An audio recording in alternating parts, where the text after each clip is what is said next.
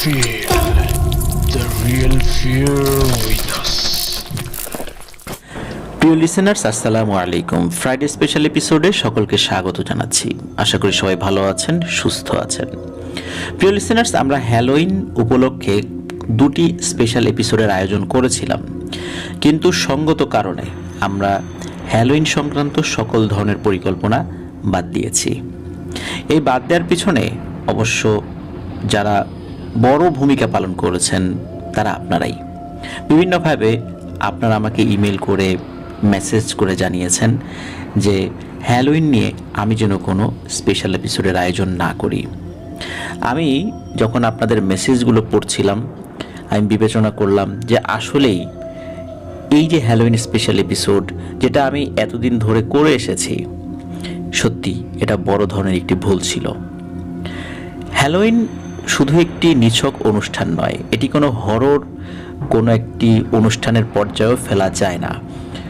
প্রচলিত কোনো ধর্মের সাথে এটার কোনো মিল নেই, কোনো ধর্মের আচার অনুষ্ঠানের সাথেও এর মিল নেই। এটি তাহলে কিসের সাথে মিল রয়েছে? হ্যাঁ, এটি রয়েছে ইলুমিনাতির সাথে, যেখানে শয়তানের উপাসনা করা হয়। প্রিয় লিসেনার্স, আমি আল্লাহ সুবহানাহু ওয়া তাআলার দরবারে শুকরিয়া আদায় করছি, আলহামদুলিল্লাহ, যে এই পথ থেকে আমরা সরে আসতে পেরেছি। যারা হ্যালোইন নিয়ে কাজ করে যাচ্ছেন তাদেরকেও, আমার পরিচিত যারা আছে তাদেরকে আমি মেসেজ পৌঁছে দিয়েছি, যেটা ইলুমিনাতির একটি অংশ। আমাদের মাধ্যম দিয়ে এটি যদি প্রচারিত হতে থাকে, হাসরের মাঠে আল্লাহ সুবহানাহু ওয়া তাআলার দরবারে আমরা বিচারের মুখোমুখি অবশ্যই সেটা ফেস করব। এই কারণে আমাদের যখনই মেসেজটা পরিষ্কার হয়ে যাবে তখন এই পথ থেকে ফেরত আসতে হবে। মূলত এইসব চিন্তাভাবনা থেকেই হ্যালোইন নিয়ে আমাদের সকল পরিকল্পনা বাদ দেওয়া হয়েছে, আলহামদুলিল্লাহ, এবং ইনশাল্লাহ ভবিষ্যতেও আমরা হ্যালোইন নিয়ে কোনো ধরনের কোনো পরিকল্পনা রাখবো না, অন্তত আমাদের চ্যানেলে রাখবো না। প্রিয় লিসেনার্স, আল্লাহ আমাদেরকে হেফাজত করুক। আমাদের যেই জেনারেশনটা তৈরি হচ্ছে তাদের কাছে এই হ্যালোইনের মেসেজটা কিন্তু আমরা মনের অজান্তেই পৌঁছে দিচ্ছি। আমরা মনের অজান্তেই ইলুমিনাতির চর্চা করছি, যেটা হয়তোবা উচিত নয়। যখন আমাদের কাছে মেসেজ পরিষ্কার হয়ে যাবে তখন এটা নিয়ে আর কোনো ধরনের কোনো কাজ করা আমাদের জন্য উচিত হবে না। মূলত এই চিন্তাভাবনা থেকেই আমরা এই পদক্ষেপ নিয়েছি। আর হ্যালোইন নিয়ে যেহেতু আমাদের পরিকল্পনা ছিল, আমরা গত হ্যালোইনেও কিন্তু স্পেশাল এপিসোডের আয়োজন করেছিলাম।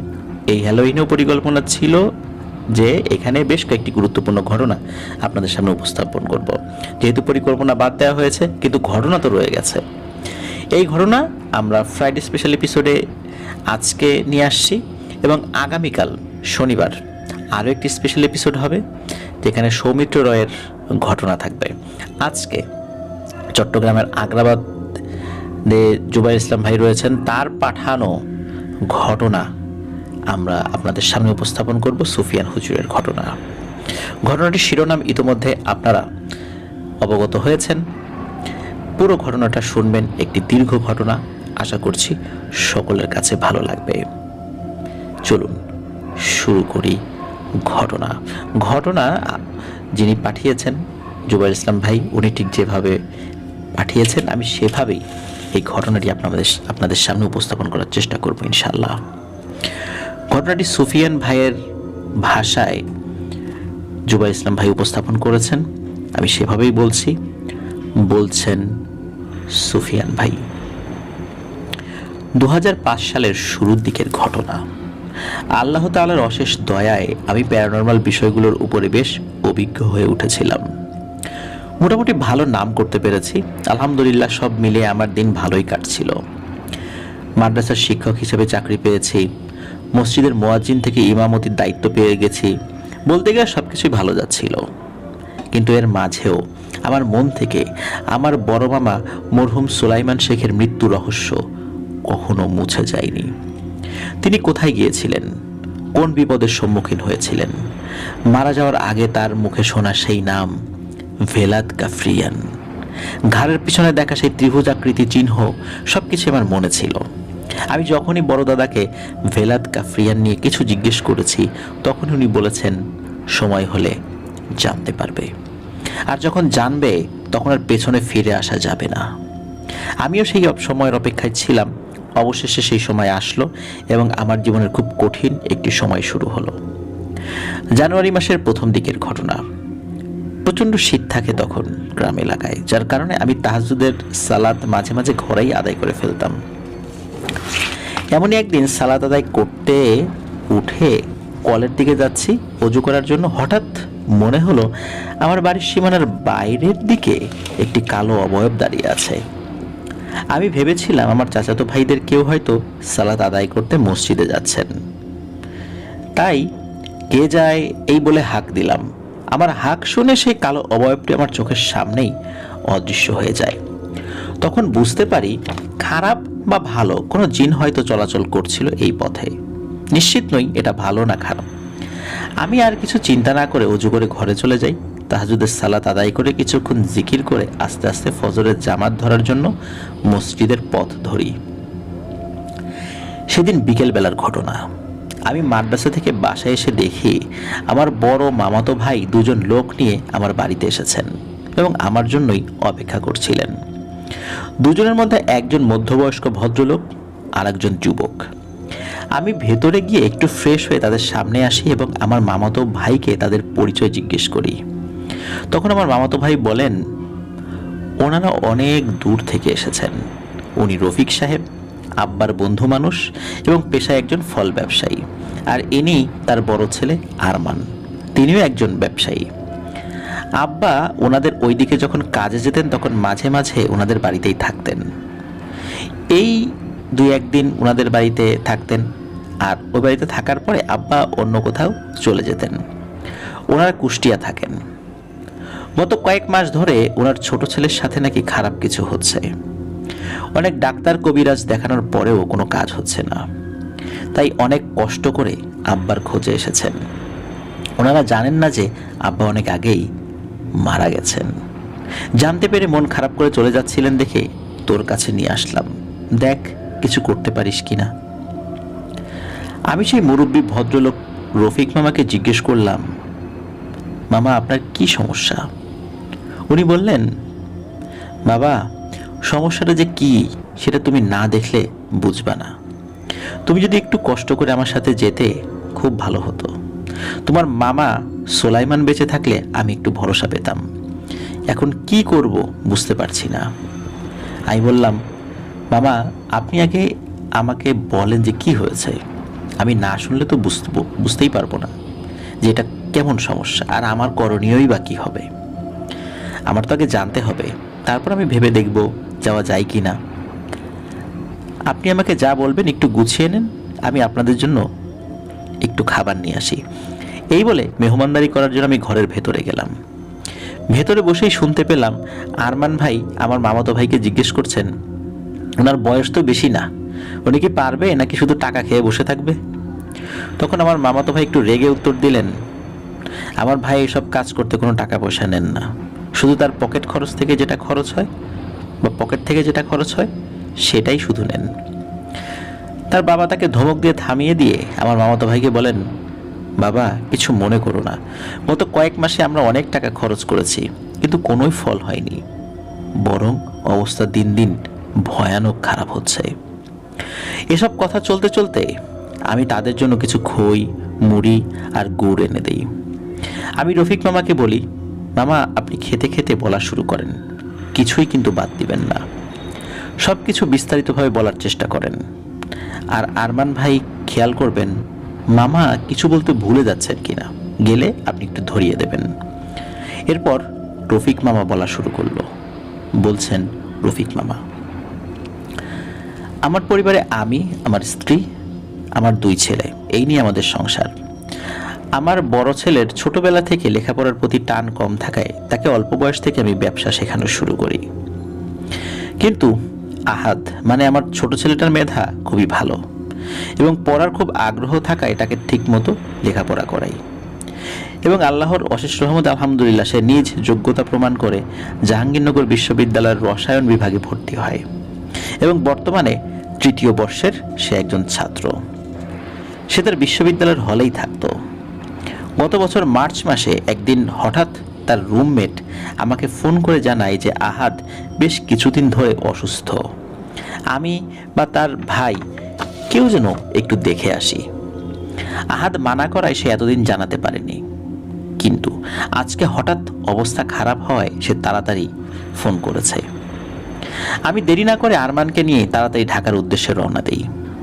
গিয়ে দেখি আমার ছেলেটা শুকিয়ে কাঠ হয়ে গেছে, তার চোখের নিচে কালি পড়ে গেছে, বিছানা আর তার শরীর আলাদা করা যাচ্ছে না, এমন একটা অবস্থা। আরমান আমাদের দেখে খুশি হয়, আবার কষ্টও পায়। আমার বড় ছেলে তার ভাইয়ের এমন অবস্থা দেখে বলে, ভাই তোর লেখাপড়া করা লাগবে না, অনেক হয়েছে, বাড়ি চল আগে, সুস্থ হয় তারপর আসবি। ভাইয়ের কথা শুনে আরমান না করে নাই, সে আমাদের সাথে যেতে রাজি হয়ে যায়। সেদিনই আমরা অল্প কিছুক্ষণ পরে রওনা দিয়ে ওকে নিয়ে বাড়িতে চলে আসি।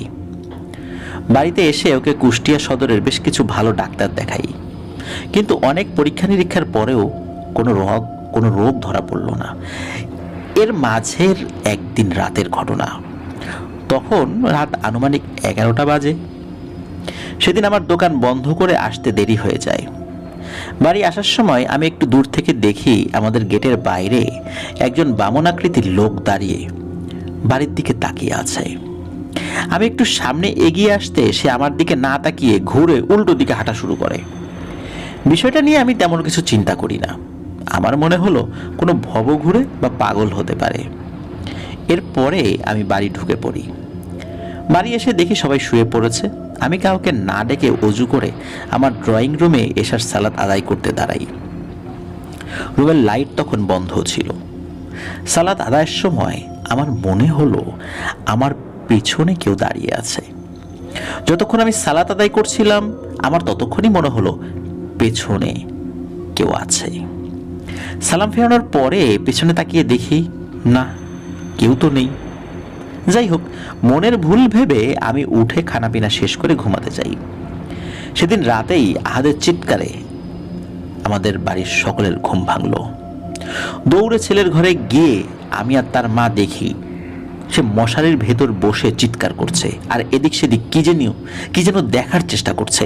ওর মা তাড়াতাড়ি কাছে গিয়ে ওকে শান্ত করার চেষ্টা করে। এর মাঝে ওর বড় ভাই আরমানও চলে আসে।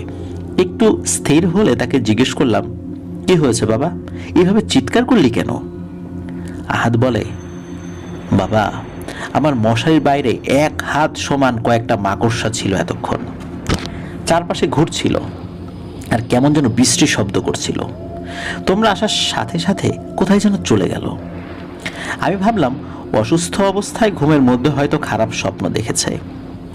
ওকে এটা বলেই বুঝিয়ে শুনি আবার ঘুমিয়ে যেতে বলি। আহাদ একটু পরে আবার শুয়ে পড়ে। আমরা রুমে চলে আসার পর ওর মা আমাকে বলে, ছেলেকে যেন ভালো কোনো এক হুজুরকে দিয়ে ঝাড়িয়ে আনি। বিষয়টা আমার কাছেও মনে হলো যে হ্যাঁ, একটু ঝাড়ফুঁক করে আনা যায়। সকালবেলা তাই ছেলেকে নিয়েই আমি বের হই। সারা রাত্রে ওই সমস্যা ছাড়া কোনো সমস্যা হয়নি। আমাদের এলাকার মসজিদের ইমাম সাহেবের কাছে নিয়ে একটু ঝাড়ফুঁক করিয়ে আনি।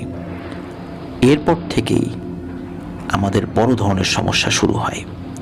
যেদিন ইমাম সাহেবের কাছ থেকে নিয়ে আসি তার পরের দিন মাগরিবের সালাতের সময় আমার স্ত্রী আমাকে মোবাইলে কল দিয়ে তাড়াতাড়ি বাসায় আসতে বলে। আমি দেরি না করে বাসায় চলে আসলাম। এসে দেখি সেই ইমাম সাহেব আমার বাসায় সোফায় বসে আছেন। তার বাম গাল চোখ সহ নিয়ে ফুলে উঠেছে। আমি তাকে আসার কারণ জিজ্ঞেস করতে সে বলে, রফিক ভাই, আপনার ছেলেকে ভালো কোনো হুজুর দেখান, ওর উপরে খারাপ কিছু আসর করেছে বলে আমার দৃঢ় বিশ্বাস। কারণ কাল আপনারা চলে আসার পর আমি কাজকর্ম শেষ করে জোহরের নামাজ পড়ে খাওয়া দাওয়া করে একটু বিশ্রাম নিচ্ছিলাম শুয়ে, তখন আমি স্বপ্নের মতো কিছু একটা দেখি। আমি দেখি একটা জলার মতো জায়গায় কিনারে একটি গাছের নিচে দাঁড়িয়ে আছি। একটা বামনাকৃতির মানুষ সেই গাছের সবচেয়ে নিচু ডালে পা পেঁচিয়ে উল্টো অবস্থায় ঠিক আমার মুখের সামনে, তার মুখ এই অবস্থায় তাকিয়ে বিশ্রীভাবে হাসছে। তার চেহারা এমন কুৎসিত যা বর্ণনা করা যাবে না। আমি আপনাকে কোনোভাবেই সেটা বোঝাতে পারবো না কি ভয়ানক চেহারা ছিল সেটার। ভয়ে আমার ঘুম ভেঙে যায়। আমি উঠে দোয়া দুরুদ পড়তে থাকি। এরপর সারাদিন কর্মব্যস্ততাই কেটে যায়। রাত্রে এশার সালাত পড়ে যখন বাসায় আসি তখন আমার বাড়ি থেকে অল্প কিছু দূরে একটা জাম গাছ আছে, সেদিক দিয়ে আসছিলাম। হঠাৎ গাছের নিচ দিয়ে আসার সময় আমার পেছন থেকে ফিসফিস করে কেউ বলে ওঠে, আর না। এটা শুনে আমি পেছনে ফিরতে কেউ একজন সজোরে আমার গালে চড় দেয়। আমি এত ব্যথা পাই যে ওই জায়গায় বসে পড়ি গাল ধরে। সারা জীবনে এত জোরে আঘাত মনে হয় আমি কখনো পাইনি। একটু পরে সেই দিক দিয়ে একজন মুসল্লি আসছিলেন। তিনি আমাকে দেখতে পেয়ে বাসায় এগিয়ে দেন। আজকে সারাদিন আমি ব্যথায় মসজিদে যেতে পারিনি। একটু সুস্থ বোধ করতেই বের হয়ে মাগরিবের নামাজ পড়ে সরাসরি আপনাদের বাসায় চলে আসলাম। আমার মনে হলো আপনারা বেশ ঝামেলায় পড়তে পারেন, তাই আগেই সাবধান করে গেলাম। ঘরের সবাই 5 ওয়াক্ত সালাত আদায় করুন, ঘরে সকাল সন্ধ্যা কোরআন পাঠ করুন, আর এর মাঝে ভালো কোনো আল্লাহওয়ালা হুজুর পান কিনা দেখেন। আল্লাহ আপনাদের সাহায্য করুন। এই বলে ইমাম সাহেব আর 1 মিনিটও দাঁড়াননি, খুব দ্রুত চলে গেলেন। আমি এবং আমার স্ত্রী বেশ ভয় পেলাম। এর মাঝে আহাদের রুম থেকে মনে হলো সে আমাকে ডাকছে। আমি হেঁটে তার রুমের কাছাকাছি যেতে হতভম্ব হয়ে দাঁড়িয়ে যাই। এর মাঝে আমার স্ত্রীও আমার পেছনে এসে দাঁড়ায় এবং ছেলের রুমের দিকে তাকিয়ে ভয়ে চিৎকার দিয়ে ওঠে আমার স্ত্রী। আমরা দুজনই দেখি ছেলে তার রুমে প্রবেশের যে পথ তার ওইখানে দরজার উপরে পা দিয়ে নিজেকে আটকে উল্টো হয়ে ঝুলে রয়েছে, আর আমাদের দেখতে পেয়ে ওই অবস্থায় দুলে দুলে হাসতে থাকে আর বলে, ওই ইমাম আমাকে এইভাবে দেখছে, শুধু তখন ছিলাম গাছে আর এখন ঘরে, ঠিক যেভাবে আমাকে দেখেছিল দেখ সেইভাবেই আমি ঝুলে আছি। এই কথা বলে আবার হাসে। আমি সাহস করে আয়াতুল কুরসি পড়তে পড়তে আস্তে আস্তে সামনে যেতে থাকি। একটু কাছে গিয়ে তার গায়ে হাত দিতেই সে সোজা হয়ে লাফিয়ে নিচে নেমে আসে। আমার দিকে না তাকিয়ে তার খাটের কাছে গিয়ে উপরের দিকে তাকিয়ে অদ্ভুত ভাষায় কি যেন বলছে। আমি সাহস করে আবার তার কাছে গিয়ে আয়াতুল কুরসি পড়ে মাথায় ফু দিতেই সে খুব জোরে চিৎকার দিয়ে খাটের উপর বসে কান্না করে দেয়। হঠাৎ আমার দিকে তাকিয়ে সে আমাকে জড়িয়ে ধরে কান্নারত অবস্থায় বলে, বাবা আমাকে বাঁচাও বাবা, ও আমাকে মেরে ফেলবে বাবা, ও আমাকে মেরে ফেলবে। ছেলের মা দরজায় দাঁড়িয়ে কাঁদতে থাকে। বাপ হয়ে আমি তো নরম হয়ে যেতে পারি না, তাই না? আমি ছেলেকে বুকে জড়িয়ে ধরে বলি, ইনশাল্লাহ কিছু হবে না বাবা, আমরা আছি তো তোর সাথে, আল্লাহ সুবহানাহু ওয়া তাআলা আছেন আমাদের সাথে, কিচ্ছু হবে না, আল্লাহ আমাদের অবশ্যই সাহায্য করবেন। এই বলে আমি ছেলেকে সান্ত্বনা দিতে থাকি। কিন্তু বিশ্বাস করো ওই সময় আমার বুকটা ফেটে যাচ্ছিল। ছেলের মা এসে ছেলেকে শান্ত করতে থাকে। আমি আরমানকে ফোন দিয়ে তাড়াতাড়ি বাসায় আসতে বলি। আরমান আধা ঘন্টা পরেই চলে আসে। আমি ওকে সব কিছু বলি যা যা হয়েছে এতক্ষণ, আর বলি খুব তাড়াতাড়ি ভালো কোনো একজন হুজুরের জন্য সন্ধান করে। এরপর আমি আহাদকে বলি, বাবা যাও ওযু করে আসো, আমরা 3 বাপ বেটা একসাথে এশার সালাত আদায় করব। ওযু করে এসে 2 ছেলেকে নিয়ে আমি ড্রয়িং রুমে জামাত ধরি, কিন্তু প্রথম রাকাতে সূরা ফাতিহা শেষ করতে পারি নাই। আলহামদুলিল্লাহি রাব্বিল আলামিন এতটুকু তেলাওয়াত করতেই আহাদ মারাত্মক চিৎকার করতে করতে মাটিতে শুয়ে পড়ে আর শরীর বাঁকিয়ে ফেলে, হাত মুছড়ে ফেলে, পা দুটো মাটিতে আছড়াতে থাকে। আমি আর আরমান সালাত ভেঙে তাকে ধরার চেষ্টা করি। আরমান সূরা কালাম পড়তে থাকে আর অনবরত ওকে ফু দিতে থাকে। আমি আহাদের মাথার কাছে ছিলাম। হঠাৎ সে 2 হাতে আমার গলা পেঁচিয়ে ধরে, আমার মাথা টেনে তার মুখের সামনে এনে ভয়ঙ্কর কণ্ঠে বলে ওঠে, আর একবার আমাকে তোর খোদার সামনে দাঁড় করালে এই ছেলের ভেতরে যা যা আছে সব খেয়ে একদম শেষ করে ফেলবো, আর তোর পরিবারের কেউ যেন তোর খোদার নাম ডাকতে না পারে সেটা কিন্তু নিশ্চিত করব। এরপরে আহাদ আমার দিকে আর আরমানের দিকে তাকে খুব খারাপ ভাষায় গালিগালাজ করতে থাকে, আর একটু পর পর আকাশের দিকে তাকে কি ভাষায় কিছু একটা যেন বলতে থাকে। শুনে মনে হয় কাউকে কোনো কিছুর জন্য বিচার দিচ্ছে। আরমান আর আমি দুজনেই তখন দোয়া কালাম পড়তে থাকি। ওর মাও ততক্ষণে ছেলের কাছে এসে সূরা কালাম পড়তে থাকে।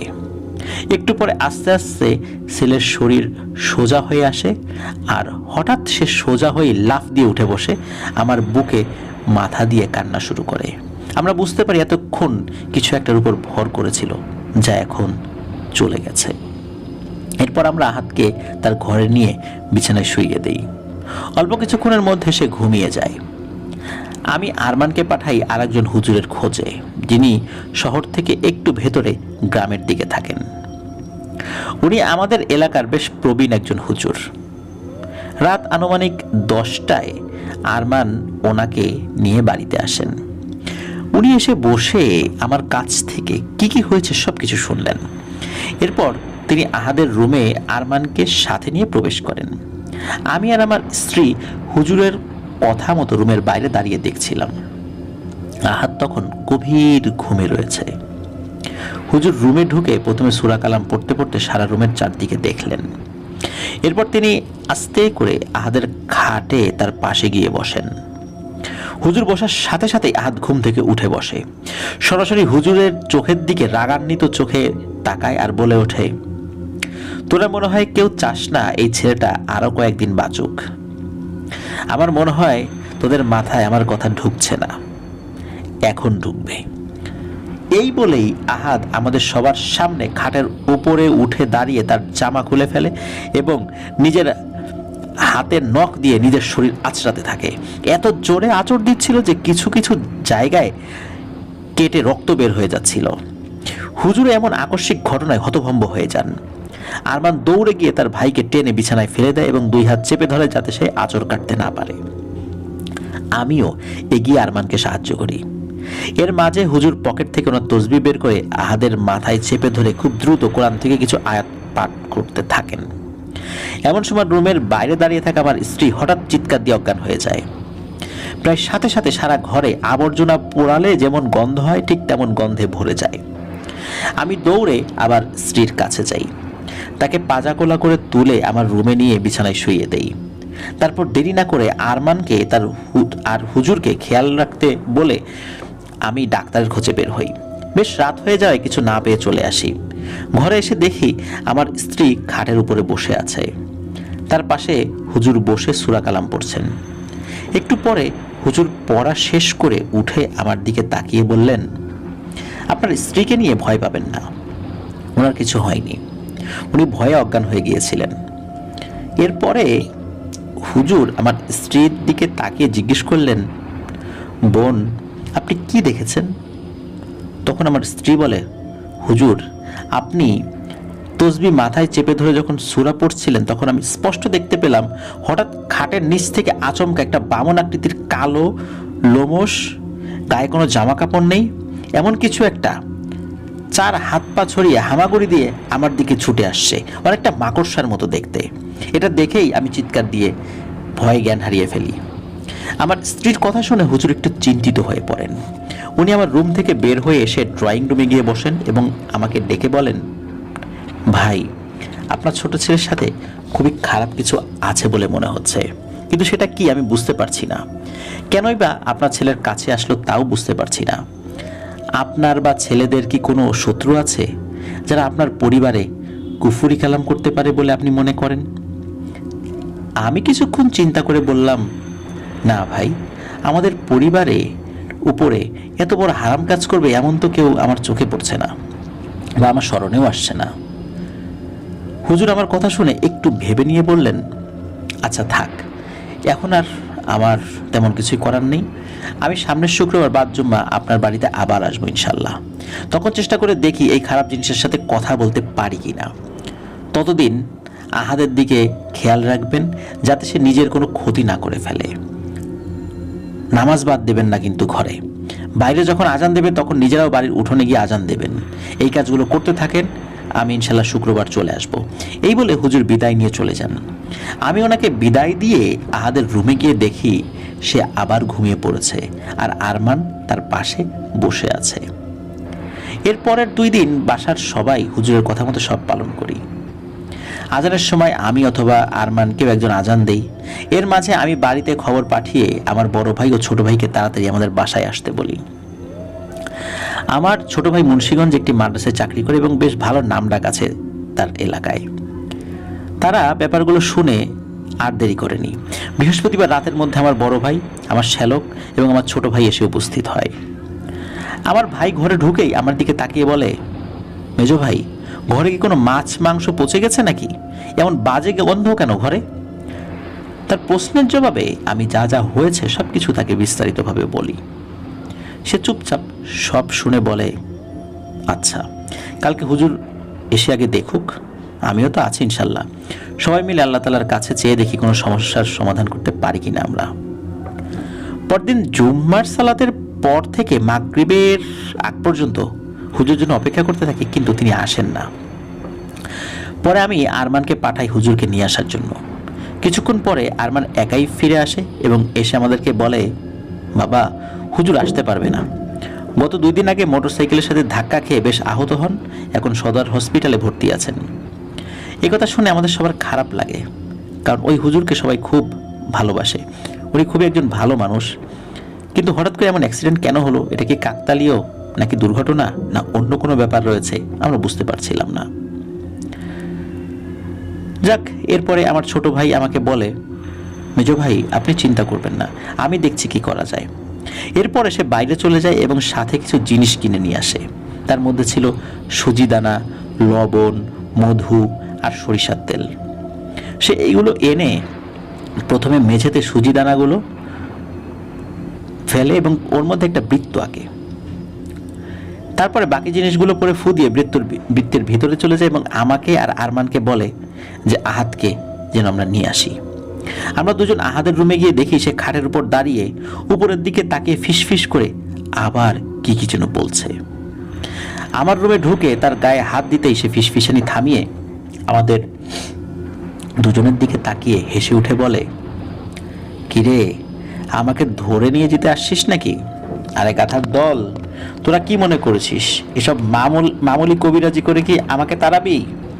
চল, আজকে তোদেরকে উচিত শিক্ষা দিয়ে দেব। ওর গলার স্বর শুনে আমরা দুজনেই মারাত্মক ভয় পেয়ে যাই। এত কঠিন গলার স্বর আমরা নিশ্চিত যে দুজনের কেউই কখনোই শুননি। আহাদ নিজে থেকেই খাট থেকে নেমে খালি গায়ে হেঁটে রুম থেকে বের হয়ে ড্রয়িং রুমে ওর ছোট চাচার দেয়া সেই বৃত্তর ভিতরে ঢুকে তার মুখোমুখি বসে। আমি আর আরমান ভয়ে ভয়ে তার পেছন পেছন আসি।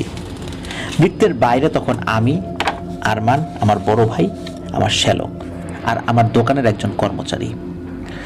সবাই যে কোনো পরিস্থিতি মোকাবেলা করার জন্য প্রস্তুত ছিলাম। কিন্তু একটু পরেই আমাদের সবার ভুল ভেঙে গেল। আমার ছোট ভাই আমাদের দিকে তাকিয়ে বলে, যত যাই হোক না কেন, আমি না বলা পর্যন্ত কেউ এই বৃত্তের ভেতরে ঢুকবেন না, ঢুকলে কিন্তু বিপদ হতে পারে। এরপর সে বেশ কিছুক্ষণ চোখ বুঝে বিভিন্ন সূরা কালাম, বিভিন্ন তসবিহ তেলাওয়াত করে ওর গায়ে ফু দিচ্ছিল। আর আমরা দেখতে পাচ্ছিলাম প্রতিবার ফু দেওয়ার পর আহাদের মুখের ভাব আস্তে আস্তে ভয়ঙ্কর হয়ে উঠছিল। কিছুক্ষণ পরে আমার ভাই আহাদকে বলে, আসসালামু আলাইকুম, আপনি কে? কেন এই ছেলেটার উপরে আসর করেছেন? উত্তর আসে, দক্ষিণের দিকে চোখ দিলে চোখ তুলে নেব। আমাকে কি তোরা ভীতু মনে করেছিস? দক্ষিণের ওই জিনিস আমাদের। এইখানে ও চোখ দিয়ে ফেলেছে। আগে দক্ষিণের কাজ শেষ হোক, তারপর এরেও আমরা ব্যবস্থা করে ফেলব। আর আমার প্রভুর বলে সে থেমে যায়। এরপরে সে একেবারে চুপ হয়ে যায়, আর একটা কথাও বলেনি। আমার প্রভুর বলতে কি? তাকে দিয়ে আর কোনো কথাই বলানো যায়নি। আমার ভাই আরো কিছুক্ষণ চেষ্টা করে আহাদের ভেতরে থাকা সত্তার সাথে কথা বলতে ব্যর্থ হয়ে বলে, তুমি যদি আমার প্রশ্নের উত্তর না দাও অথবা এই ছেলেকে ছেড়ে না যাও, তাহলে তোমার এমন অবস্থা করব যে আফসোস করবা। এই কথা বলার সাথে সাথে আহাদ তার জায়গা থেকে উঠে গিয়ে সজোরে তার চাচার বুকের উপর এক লাথি দিয়ে তাকে বৃত্তর বাইরে ফেলে দেয় আর বলে, যতটুকু ওজন ঠিক ততটুকু কথা বলবি, যা পারিস না তাই নিয়ে বড়াই করবি না, একদম জানে মেরে ফেলবো তোকে। এমন সময় মসজিদের এশার আজান শুরু হয়। আহাদ আজানের শব্দ শুনে চোখ মুখ বিকৃত করে অজ্ঞান হয়ে মাটিতে পড়ে যায়। তারপর সবাই মিলে দোয়া কালাম পড়ে আহাদকে তার রুমে রেখে এসে আমি আমার ভাইকে জিজ্ঞেস করলাম, বেশি ব্যথা পাইছিস নাকি ভাই? সে না বোধক মাথা নাড়লেও আমি বুঝেছি যে সে আহাদের লাথিতে খুব ব্যথা পেয়েছে। আবার জিজ্ঞেস করলাম, কি বুঝলি, সেটার কি হয়েছে? আমার ভাই বলল, মেজো ভাই, আমি তেমন কিছু বুঝতে পারি নাই। আহাদের ভেতর থেকে যে কথা বলেছে সে কিছু একটা ইঙ্গিত দিছে, কিন্তু আমি বুঝতে পারতেছি না যে সেটা কি। তবে এতটুকু বুঝেছি, ওর উপর যেটা আছর করেছে সেটা মারাত্মক ভয়ঙ্কর কোনো পিশাচ। কারণ ওর উপর আমি যেসব দোয়া কালাম পরে রুকিয়া করেছি তাতে কম শক্তিশালী অনেক জিনও মারা যায়, কিন্তু এ তো কোনো পাত্তাই দিল না। আমার দ্বারা এর থেকে বেশি কিছু করা সম্ভব না। এরপরে আমার ভাই আরো কয়েকজনকে নিয়ে বাড়িতে আসেন, তারাও দেখেন, বিভিন্নভাবে চেষ্টা করেন, কিন্তু সেই দিনের পর থেকে এখন পর্যন্ত আহাদের মুখ দিয়ে কোনো কথাই বের করা যায়নি। আমিও গত কয়েক মাস যাবৎ বেশ কিছু কবিরাজ এনে দেখিয়েছি, কিন্তু কোনো কিছুতেই কিছুই হয় না, বরং দিন দিন আহাদের অবস্থা খারাপ হয়ে গেছে। এখন তো বলতে গেলে সে একদম পাগল হয়ে গেছে, কারোর সাথে কোনো কথা নেই, সারাদিন উপরের দিকে তাকিয়ে ফিসফিস করে, খাবার দিয়ে আসলে মাছ মাংস ছাড়া কিছুই খায় না, তাও খায় কেমন যেন জন্তুদের মতো। তার রুম নোংরা করে খুবই অবস্থা খারাপ করে ফেলেছে। কেউ কাছে গেলে মারতে যায়, কামড়াতে যায়, সারা রাত জেগে থাকে, একা একা কথা বলে, হাসে, আর ফজরের একটু আগে ঘুমায়। সে ঘুমালে তার মা গিয়ে রুম পরিষ্কার করে আসে, তখন আমরা কেউ একজন পাহারা দেই। এমন খারাপ অবস্থা আমাদের ঘরে, কি আর বলবো। বর্তমানে তাকে তার রুমে তালাবদ্ধ করে রাখতে হচ্ছে। সে যাকে সামনে পাচ্ছে তাকেই মারধর করছে, এমনকি আমি বা তার মাও বাদ যাচ্ছি না। রাত হলেই আমাদের সারা ঘরে মনে হয় কে যেন হেঁটে বেড়ায়, সারা ঘরে দুর্গন্ধ আর ফিসফিসানি শোনা যায়। আমরা খুব আতঙ্কে একটা একটা করে দিন পার করছি। হঠাৎ গতকাল বিকেলে আমার স্ত্রী আমাকে বলে, এত দুনিয়ার কবিরাজ এনে ঘরে উঠাইছো, অথচ একবারও সোলাইমান ভাইয়ের কাছে যেতে পারো নাই? সোলাইমান ভাই এসব কাজ তো করে কতদিন যাবত, তুমি একটু কষ্ট করে সুলাইমান ভাইয়ের বাড়িতে গিয়ে দেখো ওনাকে আনতে পারো কিনা। উনি তো এইসব কাজে অনেক পুরনো মানুষ, গিয়ে কথা বলে দেখো। তুমি সামনাসামনি গিয়ে বললে উনি না করবে না। আমার কেন জানি মনে হচ্ছে, জানি না, তবে সুলাইমান ভাইয়ের কাছে গেলে হয়তো ইনশাল্লাহ কোনো সমাধান পাওয়া যাবে। অনেক দিন ধরে যোগাযোগ না থাকায় আসলে এতদিন আমার সুলাইমান ভাইয়ের কথা মাথায় আসে নাই। আমার স্ত্রী বলার পরেই মনে পড়লো, তা না হলে অনেক আগেই আসতাম। এখন বাবা তুমি বলো আমরা কি করব? সুলাইমান ভাই মারা গেছে এটাও এখানে এসে শুনলাম, শুনে খুবই কষ্ট পেয়েছি। উনি আমার খুবই কাছের একজন মানুষ ছিলেন। চলেই যাচ্ছিলাম, তখন তোমার মামাতো ভাই তোমার কাছে নিয়ে আসলো। এখন বাবা তুমি বলো আমরা কি করতে পারি? এতটুকু বলে রফিক মামা থামলেন। আমি খুব মনোযোগ দিয়ে এতক্ষণ তার কথা শুনছিলাম, মাঝখানে কোনো প্রশ্ন বা কোনো কথা বলিনি। তারপর আরমান ভাইকে জিজ্ঞেস করলাম, আচ্ছা ভাই, রফিক মামা যা যা বলেছেন সবই ঠিক আছে নাকি কিছু বাদ গিয়েছে? তিনি উত্তরে বললেন যে না, তার বাবা যা বলেছে সবই ঠিক আছে।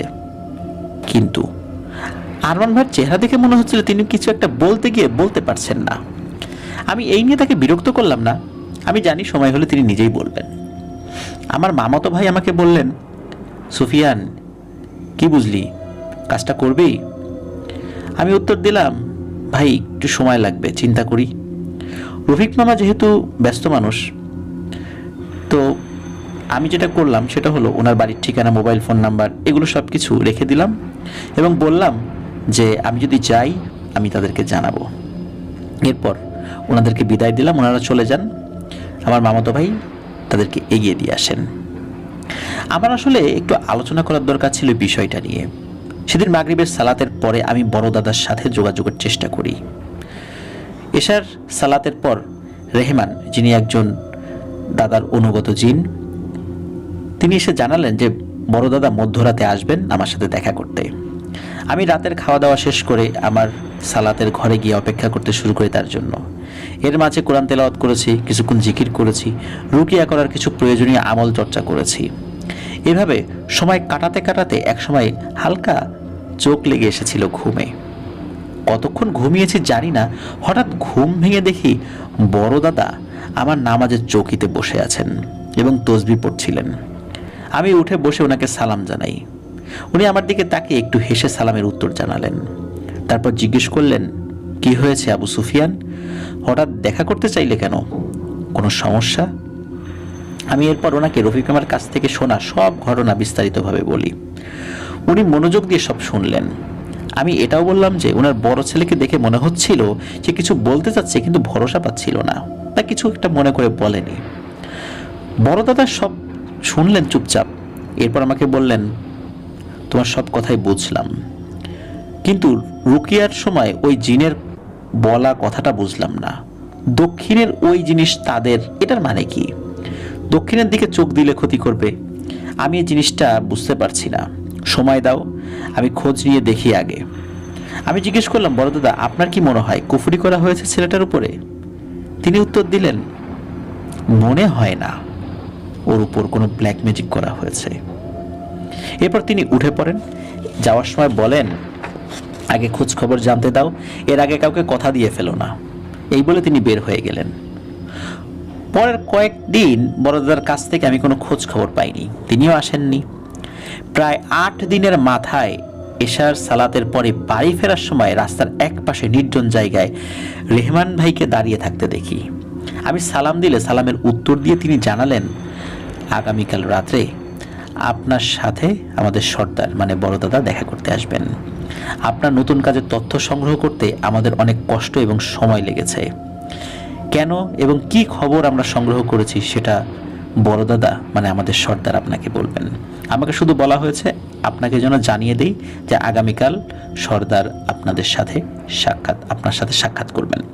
আমি কোনো প্রশ্ন করার আগেই রেহমান ভাই সেখান থেকে চলে যান। আমি কিছুক্ষণ ওই জায়গায় দাঁড়িয়ে চিন্তা করতে থাকি যে বড় দাদার মতো এত বিচক্ষণ, বয়স্ক, অভিজ্ঞ এবং ক্ষমতাবান একজন জিনের পক্ষেও এতদিন লেগেছে শুধু খবর সংগ্রহ করতে। জানি না কেন জানি মনের ভেতর খুব খুঁতখুত করছিল। মনে হচ্ছিল আল্লাহ সুবহানাহু ওয়া তাআলার সামনে কঠিন পরীক্ষার সম্মুখীন করবেন। এসব ভাবতে ভাবতে আস্তে আস্তে হেঁটে বাড়ি চলে আসি। পরদিন যতটুকু মনে পড়ে বৃহস্পতিবার ছিল। চেষ্টা করি প্রতি বৃহস্পতিবার এবং সোমবার আমার নবীর সুন্নাহ নফল সওম রাখতে মানে রোজা রাখতে। সেদিনও রোজা রেখেছিলাম। সারাদিন অন্য সব দিনের মতো কর্মব্যস্ততায় কেটে যায়। রাতে খাওয়া দাওয়া শেষ করে আমি আমার সালাতের ঘরে চলে যাই মানে নামাজের ঘরে চলে যাই। অপেক্ষা করতে থাকি বড় দাদার আগমনের। একসময় সারা ঘরে সুন্দর আতরের গন্ধ নিয়ে তিনি প্রবেশ করেন। আমি তখন জিকির করছিলাম। তিনি আমার ঘরে ঢুকতেই সালামের বিনিময় হলো আমাদের মাঝে। এরপর তিনি আমার পাশে বসলেন এবং বললেন, আবু সুফিয়ান, আমি চাই আল্লাহর নাম নিয়ে তুমি এই কাজটি হাতে নাও। এই কাজটি করা খুবই জরুরি। যদিও কাজটি করতে তোমার অনেক কষ্ট হতে পারে, তবে সারা জাহানের মালিক মহান আল্লাহ সুবহানাহু ওয়া তাআলার দয়ায় আমার বিশ্বাস তুমি এই কাজটি করতে পারবে। কয়েকটি পরিবার খুব খারাপ সময়ের মধ্যে দিয়ে যাচ্ছে এবং খারাপ এক শক্তির কুনজরে পড়তে যাচ্ছে। 2টি পরিবার ইতিমধ্যে আক্রান্ত হয়েছে। আমি বড় দাদার কথা কিছু বুঝতে পারছিলাম না। আমি ওনাকে বললাম, বড় দাদা আমাকে একটু ভেঙে বলুন, আমি আসলে বুঝতে পারছি না যে আপনি কি বোঝাতে চাইছেন। এরপর বড় দাদা আমাকে যা বললেন তার সারমর্ম হলো এই যে রফিক মামার পরিবারের কাউকে কোনো কুফরি কালামের দ্বারা কোনো ক্ষতি করা হয়নি। আসল সমস্যা ওনার ছেলের সাথেও হচ্ছে না। আসল সমস্যা হচ্ছে ফারজানা নামের এক মেয়ের সাথে, যে আহাদের সাথে একসাথে লেখাপড়া করে এবং একজন আরেকজনকে পছন্দ করে। খারাপ ধরনের কুফরি করা হয়েছে ওই ফারজানা নামের মেয়েটাকে। এটা এত শক্তিশালী জাদু যে ওই মেয়ে জাদুর প্রভাবে মারা যাবে না, কিন্তু সে আস্তে আস্তে মানসিক ভারসাম্য হারিয়ে ফেলবে এবং আমৃত্যু সে শক্তিশালী একদল পিশাচের কবলে জিম্মি হয়ে থাকবে। এই মেয়েকে যারাই ভালোবাসবে, এমনকি তার পরিবারের লোকজনও যারা তাকে আদর করবে, তার আত্মীয় স্বজন সবাই ওই পিশাচদের দ্বারা একজন একজন করে আক্রান্ত হবে এবং আস্তে আস্তে মৃত্যুর দিকে এগিয়ে যাবে। এই কুফরির পরিণাম হলো এই মেয়েকে যে ভালোবাসবে এমন কেউ পৃথিবীতে বেঁচে থাকবে না। তার সারা জীবন মানসিক ভারসাম্যহীন অবস্থায় একা একা কাটাতে হবে এবং একটা পর্যায়ে মারা যাবে। এই ধরনের জাদু অনেক প্রাচীন এক কালো জাদু। এই জাদু করতে অনেক খারাপ জিনিসের দরকার হয়েছে, যা আমি বলতে পারছি না বলে দুঃখিত। তবে এতটুকু বলতে পারি, আল্লাহ তাআলার এই দুনিয়াতে যত হারাম জিনিস মানুষ করতে পারে তার মধ্যে সবচাইতে নিকৃষ্ট জিনিসগুলো দিয়ে এই জাদু করা হয়।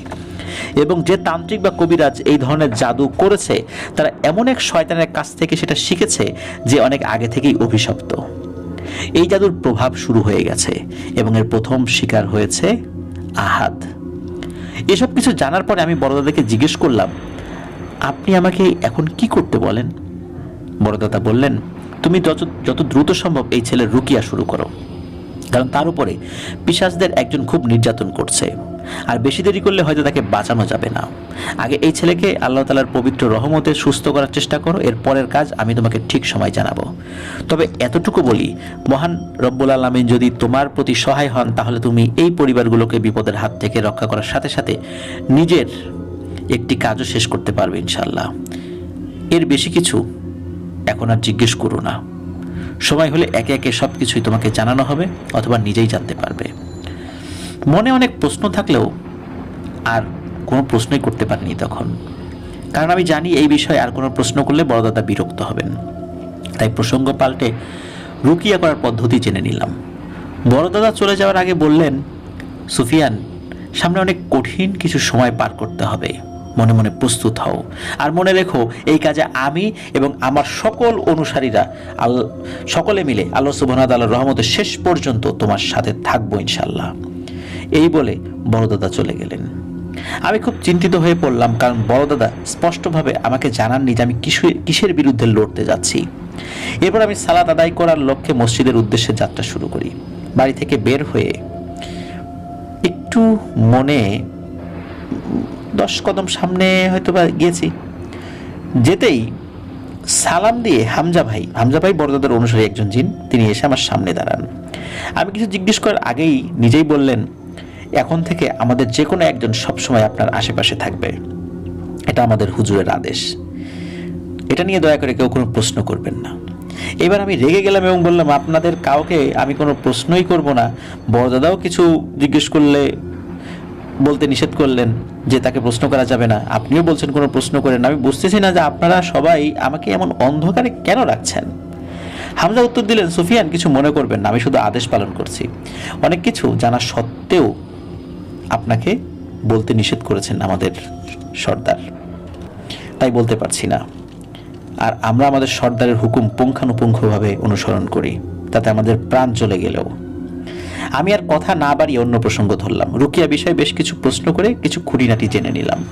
এরপর সালাত শেষে আস্তে আস্তে মামা বাড়ির দিকে পথ ধরলাম। মামাতো ভাইয়ের সাথে দেখা করে তাকে জানালাম। তিনি যেন রফিক মামাকে ফোন করে বলেন আমি ইনশাল্লাহ আজ তার বাড়ির উদ্দেশ্যে রওনা হব। এরপর আমি ঠিকানা নিয়ে নিজের বাড়ি চলে আসি এবং ভোর হতেই ব্যাগে প্রয়োজনীয় কিছু জিনিস নিয়ে বের হয়ে যাই। সারা সকাল অনেক ঝক্কি ঝামেলা পেরিয়ে বেলা 12:30 নাগাদ আমি রফিক মামাদের বাড়িতে পৌঁছলাম। আগেই ফোনে জানানো হয়েছে, তাই রফিক মামা বাড়িতেই ছিলেন। আমাকে তিনি বাড়ির ভেতরে নিয়ে গিয়ে সোফায় বসতে বলে আরমান ভাইকে ডাকেন। আরমান ভাইও এসে আমার সাথে সালাম এবং কুশল বিনিময় করে আমার পাশে বসেন। জুম্মার দিন থাকায় আমি ব্যাগ রেখে তাদের সাথে নিয়ে মসজিদে চলে যাই। নামাজ শেষে ঘরে এসে দেখি ঘরে আরো 4-5 জন পুরুষ মানুষ উপস্থিত। রফিক মামাকে জিজ্ঞেস করতে তিনি বলেন, বাবা, তুমি কাজ শুরু করলে তখন আহাদ আক্রমণ করতে পারে ভেবে এদেরকে খবর দিয়ে আমি নিয়ে এসেছি। আহাদ কিছু করতে গেলে এরা ধরে রাখবে। আমি শুনে খুবই বিস্মিত হই এবং বুঝতে পারি কতটুকু মারমুখী হলে একজন বাবা ছেলেকে সামলাতে বাইরে থেকে মানুষ ডাকেন। এরপর আমি আমার কাজ শুরু করে দিই। শুরুতেই আমি ঘর বন্ধ করি, তারপর ড্রয়িং রুমের জিনিস সরিয়ে একটু বড় জায়গা তৈরি করিয়ে নিই। ফ্লোরে পরিষ্কার বিছানার চাদর বিছিয়ে তার উপরে কিছু পরা পানি ছিটিয়ে দেই। এমন অনেক কাজ শেষে আমি রফিক মামাকে বলি ছেলেকে নিয়ে আসেন। উপস্থিত লোকজন সবাই আহাদের রুমের দিকে যান এবং জোর করে তাকে ধরে নিয়ে এসে বসান আমার সামনে। আহাদকে দেখে আমি আঁতকে উঠি। মনে হচ্ছিল একটা মানুষের কঙ্কালের উপর শুধু চামড়ার কাপড় পরিয়ে দেওয়া হয়েছে, এমন একটা খারাপ অবস্থা তার। আমার বড় দাদার কথা মনে পড়ে যে আর কিছুদিন গেলে হয়তো একে বাঁচানো যাবে না। রফিক মামাকে আমি বলি, মামা, ঘরের সব সদর দরজা খুলে দিন। তিনি খুলে দিয়ে আসেন। এরপর আমি রুকিয়ার জন্য প্রয়োজনীয় আমল শুরু করি। আমি সাধারণত জিকির দিয়ে শুরু করি সব সময়। শুধু আমি না, যারা রুকিয়া করেন তাদের অনেকেই জিকির দিয়ে শুরু করতেই পছন্দ করেন। বেশ কিছুক্ষণ চোখ বন্ধ করে জিকির করার পর আমি আহাদের দিকে তাকালাম। আমি দেখি সে লাল টকটকে চোখে প্রবল আক্রোশে সরাসরি আমার দিকে তাকিয়ে আছে। আমি পাত্তা না দিয়ে সূরা ফাতিহা দিয়ে শুরু করলাম। এরপরে পবিত্র কোরআন শরীফ খুলে পড়া শুরু করতে যাব, তখন আহাদ প্রথম কথা বলে ওঠে। সে বলে, যা পড়ার পড়ে রাখ, আজকে কাল থেকে আর পড়া হবে না তোর, আজকেই তোর জীবনের শেষ পড়া। আমি তার কথার কোনো উত্তরই দেইনি, কারণ আমি জানি পবিত্র কোরআন পড়তে গেলে এই দুষ্টু জিনেরা এমন কিছু কথা বলে যাতে মনোযোগ নষ্ট হয়, এবং এই মনোযোগ নষ্ট হলে আত্মবিশ্বাসটাও নষ্ট হয়ে যায়, আর দোয়া পড়তে এবং রুকিয়া করতে অসুবিধা হয়। এটা জিনদের অনেক পুরনো কূটকৌশল। 10 থেকে 15 মিনিট পবিত্র কোরআন পড়তে না পড়তেই আহাদের ভেতরে থাকা পিশাচটি ক্ষেপে উঠল। আমাকে যা ইচ্ছা তাই বলে গালিগালাজ শুরু করলো, অভিশাপ দিতে শুরু করলো, আমার পরিবারকে নিয়ে খারাপ কথা বলতে শুরু করলো। আমি পাত্তা দেইনি, কারণ আমি বুঝেছি কাজ শুরু হয়েছে। আলহামদুলিল্লাহ, আল্লাহর রহমত প্রবেশ করছে এই ঘরে। আমি তিলাওয়াত করতে থাকলাম। প্রায় 35 থেকে 40 মিনিট তিলাওয়াত করার পরে প্রথম আহাদের ভেতরে থাকা পিশাচটি আমাকে থামার জন্য অনুরোধ করলো। এ যাবৎকাল পর্যন্ত যতবার রুকিয়া করার চেষ্টা করা হয়েছে, কখনোই ওই জিনিসটি থামার জন্য অনুরোধ করেনি। এবারই প্রথম সে অনুরোধ করলো, কিন্তু আমি থামিনি। আরো কিছুক্ষণ পড়ার পর সে কেঁদে উঠল আর আমাকে বলল, আর পড়িস না, আমার শরীর পুড়ে যাচ্ছে, আর পড়িস না। আমি না থেমে পড়তে লাগলাম। আরো প্রায় 20 মিনিট পড়ার পরে আহাদ চিৎকার দিয়ে মাটিতে পড়ে অজ্ঞান হয়ে যায়। রফিক মামা আমাকে জিজ্ঞেস করলেন, বাবা কিছু করতে পারছো? শয়তানটা কি গেছে? আমি রফিক মামাকে বলি, না মামা, এখনো যায়নি, একটু সময় লাগবে। এখন আমি তাকে পবিত্র কোরআনের মাধ্যমে বুঝিয়ে দিলাম যে কোনো শয়তানি ক্ষমতা আল্লাহ সুবহানাহু ওয়া তাআলার রহমতের সামনে কিছুই নয়। এখনো সে যায়নি বটে, তবে আহাদের শরীর থেকে দূরে আছে।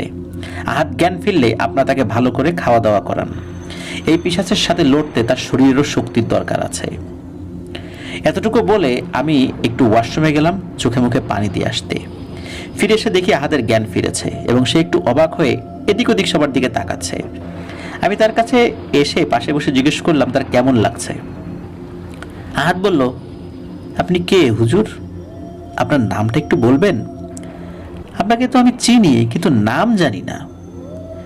আমি তার কথা শুনে অবাক হয়ে যাই, কারণ এর আগে আমি কোনোদিনই এখানে আসিনি, আর তার সাথে কখনো দেখা হয়েছে বলেও আমার মনে পড়ে না। আমি নাম না বলে তাকে জিজ্ঞেস করলাম, ভাই তুমি আমাকে কিভাবে চেনো? তোমার সাথে কি আমার আগে কখনো দেখা হয়েছে? তখন আহাদ উত্তর দেয়, জানি না হুজুর, কিন্তু আপনাকে দেখে মনে হচ্ছে আমি আপনাকে কোথাও দেখেছি। আমি আর এটা নিয়ে কথা বাড়ালাম না। তাকে বললাম, থাক, তোমার এখন আর এসব ভাবতে হবে না, চলো অজু করে আমার সাথে নামাজ পড়বে। অনেক কষ্ট করে সে উঠে দাঁড়ালো তার বড় ভাইয়ের সাহায্যে। রফিক মামা আর তার ছেলেদেরকে নিয়ে আমি তাদের ঘরে আসরের সালাত আদায় করছিলাম। তখন আর আল্লাহর রহমতে কোনো সমস্যা হয়নি। এশার নামাজ মসজিদে আদায় করে আমি তাদের বাড়ির আশেপাশে একটু ঘুরে দেখছিলাম। হঠাৎ পেছন থেকে সালাম শুনে আমি ফিরে তাকাই, দেখি হামজা ভাই আমার পেছনে দাঁড়িয়ে। আমি সালামের উত্তর দিয়ে বললাম, আমি রুকিয়া করার সময় আপনি কি আশেপাশে ছিলেন? তিনি বললেন, হুজুর আমি তো আপনাকে আগেই বলেছি, আমাদের কেউ না কেউ সবসময় আপনার আশেপাশে থাকবে। আমার কাছে আপনার জন্য একটি বার্তা এসেছে আমাদের হুজুরের, মানে বড় দাদার কাছ থেকে। তিনি বলেছেন আজ রাত্রে আপনি যেন এই বাড়িতেই থাকেন এবং মধ্যরাতে আরেকবার আহাদের রুমেই রুকিয়া করেন। আমরা সবাই থাকবো তখন। মনে রাখবেন, এবার রুকিয়া করার সময় ছেলের ভাই বাদে কাউকে সাথে রাখতে পারবেন না। অবশ্যই আগে নিজেকে ভালোভাবে আল্লাহ তাআলার কালাম দ্বারা পবিত্র করে নেবেন। আমি সম্মতি জানালে হামজা ভাই চলে যান। খাওয়া দাওয়ার পরে আমার অনুরোধে সেদিন রাতে রফিক মামার সম্মতি নিয়ে আরমানের ঘরে রুকিয়া সেশন হওয়ার ব্যবস্থা করা হলো। আগেই ঘরের সবাইকে জানিয়ে দিয়েছি আরমান ভাই ছাড়া ওই সময়ে আমার সাথে কেউ থাকতে পারবেন না। সেভাবেই সবকিছু ঠিকঠাক ব্যবস্থা করা হলো। আহাদকে রাতের খাবার খাইয়ে আরমান ভাইয়ের রুমে ঘুম পাড়িয়ে দেওয়া হলো। আমি অপেক্ষা করছিলাম সঠিক সময়ের। এমন সময় আরমান ভাই আমতা করে আমার পাশে এসে বললেন, হুজুর আপনাকে একটা কথা বলার ছিল। আমি তাকে জিজ্ঞেস করলাম, কি বিষয়ে? তিনি বললেন, হুজুর আহাদের এইসব সমস্যা শুরু হওয়ার বেশ কিছুদিন পরে আমি একটি জিনিস খেয়াল করেছি। আহাদের ঘাড়ের পেছনে কিছুদিন যাবৎ কেমন যেন একটা দাগ পড়েছে। একটা একটা দিন যাচ্ছে আর আস্তে আস্তে সেটা যেমন গাঢ় হয়ে ফুটে উঠেছে। আপনি একটু দেখলে ভালো হয়। আপনার সাথে দেখা করতে গিয়েছিলাম তখন বলতাম, কিন্তু ভরসা পাইনি। আমি বললাম, আচ্ছা আমি দেখব, আপনি যান, অজু করে আসেন, আমাদের প্রায় সময় হয়ে যাচ্ছে। এ কথা বলার পর আরমান ভাই উঠে অজু করতে চলে যান। ঠিক তখনই প্রায় সাথে সাথে সারা ঘরে বিশ্রী পচা গন্ধে ভরে যায়। সাথে সাথে আমি আয়াতুল কুরসি পাঠ করতে করতে চেয়ার থেকে উঠে দাঁড়াই এবং রুমের সেই বৈদ্যুতিক আলোতেই দেখতে পাই হাত খাটে ঘুমাচ্ছিল, তার চারপাশে নিচে বেশ কয়েকটি বিশাল মাকড়সা খাটের চারপাশে ঘুরছে এবং মুখ দিয়ে সাদা সাদা এক জাতীয় তরল মুখ থেকে বের করে খাটের আশেপাশে মেখে দিচ্ছে। আমি এই দেখে একটু সামনে এগোতে যাব, এমন সময় আমার ঘাড়ের পেছন দিকে চেপে ধরে কেউ, যেন আমাকে প্রায় এক হাত শূন্যে তুলে ফেললো, আর কেমন জানি পেছন থেকে হিংস্র জানোয়ারের মতো আওয়াজ করছিল। হয়তো ওই অবস্থায় 10 থেকে 15 সেকেন্ড ছিলাম। হঠাৎ তখন রুমের দরজা খোলার আওয়াজ পাই এবং সাথে সাথে সেই সত্তাটি আমাকে ছেড়ে দেয়। মাটিতে পড়ে যাওয়ার আগে দেখলাম বামন আকৃতির কালো লোমশ কিছু একটা আমার পাশ দিয়ে প্রায় চোখের পলকে মাকড়সার মতো চার হাত পা ছড়িয়ে দ্রুত খাটের নিচের দিকে চলে গেল। আমি টের পেলাম আমার হাত ধরে কেউ একজন একটানে আমাকে দাঁড় করিয়ে দিলেন। পেছনে ফিরে দেখি হামজা ভাই, রেহমান ভাই, সাদিক ভাই সহ আরো প্রায় 5-6 জন। এরা সবাই বড় দাদার অনুগত জিন।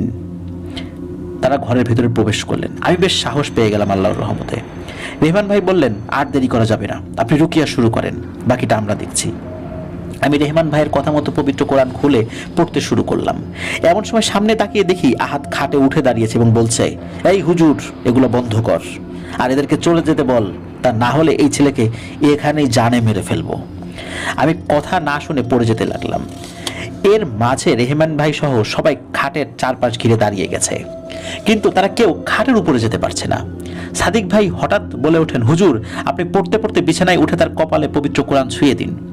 একথা শুনে আহাদের ভেতরে থাকা সত্তাটি চিৎকার করে বলে ওঠে, খবরদার হুজুরের বাচ্চা, কাছে আসলে একে কিন্তু মেরে ফেলবো, তোর পুরো পরিবার ধ্বংস করে দেব। তুই জানিস না আমি কে, কিন্তু এরা কিন্তু ভালো করেই জানে যে আমি কে। এরা সবাই জানে। এই বেঈমানের দল, তোরা জানিস না যে আমার কিছু হলে তোরা কেউ তার কাছ থেকে বাঁচবি না? রেহমান ভাই বললেন, কার কাছ থেকে বাঁচবো না বাঁচবো সেটা তোর মতো নোংরা কারো কাছ থেকে আমরা শুনতে চাই না। আমরাও চাই তোর সেই নোংরা কুৎসিত প্রভু এবার বাইরে আসুক। অনেক খুঁজেছি তোদেরকে আমরা, কিন্তু এতদিন ধরে কাপুরুষ শয়তানের মতো লুকিয়েছিলি। কিন্তু দেখ আমার আল্লাহ তাআলার ক্ষমতা, যে ইনসান জাতিকে তোর প্রভু কোনোদিন মূল্য দেয়নি, নিজের পাপিষ্ঠ কাজে বলি দিয়েছে, যাকে ইচ্ছা তার ক্ষতি করেছে, আর সেই ইনসানদের একজন মহান আল্লাহ তাআলার হেদায়েতপ্রাপ্ত একজন বান্দাকে দেখে তোর রূহ কেঁপে উঠেছে। ভেবে দেখ, মালাকুল মউত তোর সামনে আসলে কি করবি? তৈরি হ শয়তান। আমাদের উপরে আদেশ আছে তোকে এখন থেকে যেন জীবিত কোনোভাবেই আমরা কাজ করতে না দেই এবং এখান থেকে তোকে জীবিত বের হতে না দেই। সেইভাবে প্রস্তুত হয়েই আমরা এসেছি। ডাক তোর সেই কাপুরুষ প্রভুকে, দেখ তোকে আজ বাঁচাতে আসে কিনা। আমি রেহমান ভাইয়ের কথা কিছুই বুঝতে পারছিলাম না।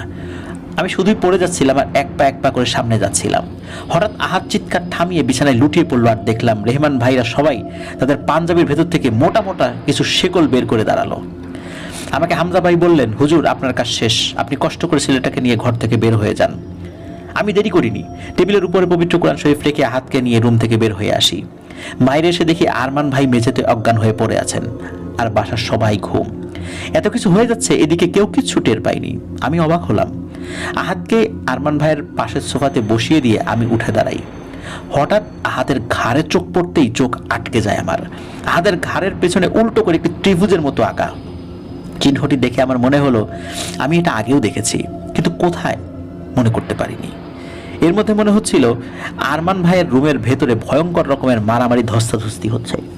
মনে হচ্ছিল সেই রুমে কোনো এক ভয়ঙ্কর ক্রোধে ফেটে পড়া জানোয়ারকে সবাই মিলে মেরে মেরে শান্ত করছে। একটু পরপর শোনা যাচ্ছিল ভয়ঙ্কর স্বরের আর্তনাদ।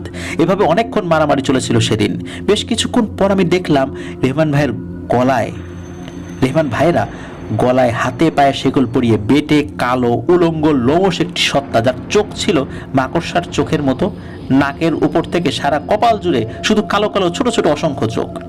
তার নাক বলতে কিছু ছিল না, নাকের স্থানে শুধু 2টি ছিদ্র ছিল, কিন্তু ঠোঁটের দিকটা মানুষের মতো, যা তার চেহারাকে আরো আরো ভয়ঙ্কর করে তুলেছিল। এমন ভয়ানক আকৃতি সেই পিশাচকে টেনে হিচড়ে ঘর থেকে বের করছেন সবাই। আর সেই পিশাচটি চিৎকার করে অদ্ভুত এক ভাষায় উপরের দিকে তাকিয়ে কিছু বলছিল। আমি কিছুই বুঝতে পারছিলাম না। হঠাৎ তার চিৎকারের মধ্যে একটি নাম আমার কানে আটকে যায়, ভেলাত কাফরিয়ান। বিদ্যুতের চমকের মতো সাথে সাথে আমার মনে পড়ে যায় আহাদের ঘাড়ের পিছনে থাকা উল্টো ত্রিভুজাকৃতি সেই চিহ্ন আমি আমার বড় মামা মরহুম সুলাইমান শেখের ঘাড়ে দেখেছিলাম তার মৃত্যুর মাস 3 আগে। তার মুখেও শোনা গিয়েছিল এই নাম, ভেলাত কাফরিয়ান। আমি সাথে সাথে উঠে রেহমান ভাইদের পেছনে যেতে চাইলে হামজা ভাই পেছন ফিরে আমাকে বলেন, সুফিয়ান, আপনি এই বিষয়ে আমাদের হুজুরকে জিজ্ঞেস করে নেবেন। এখন আপনি এই পরিবারের বালা মুসিবত কেটে যাওয়ার জন্য কিছু আমল করে নিন, আমরা এই শয়তানকে হুজুরের কাছে নিয়ে যাচ্ছি। এই বলে ওরা সবাই বের হয়ে চলে যান। ওরা যাওয়ার 5 মিনিটের মধ্যে ঘরের সবার ঘুম ভাঙে। আমি বুঝতে পারি ওনাদের হয়তো রেহমান ভাইয়েরা ঘুম পাড়িয়ে রেখেছিলেন।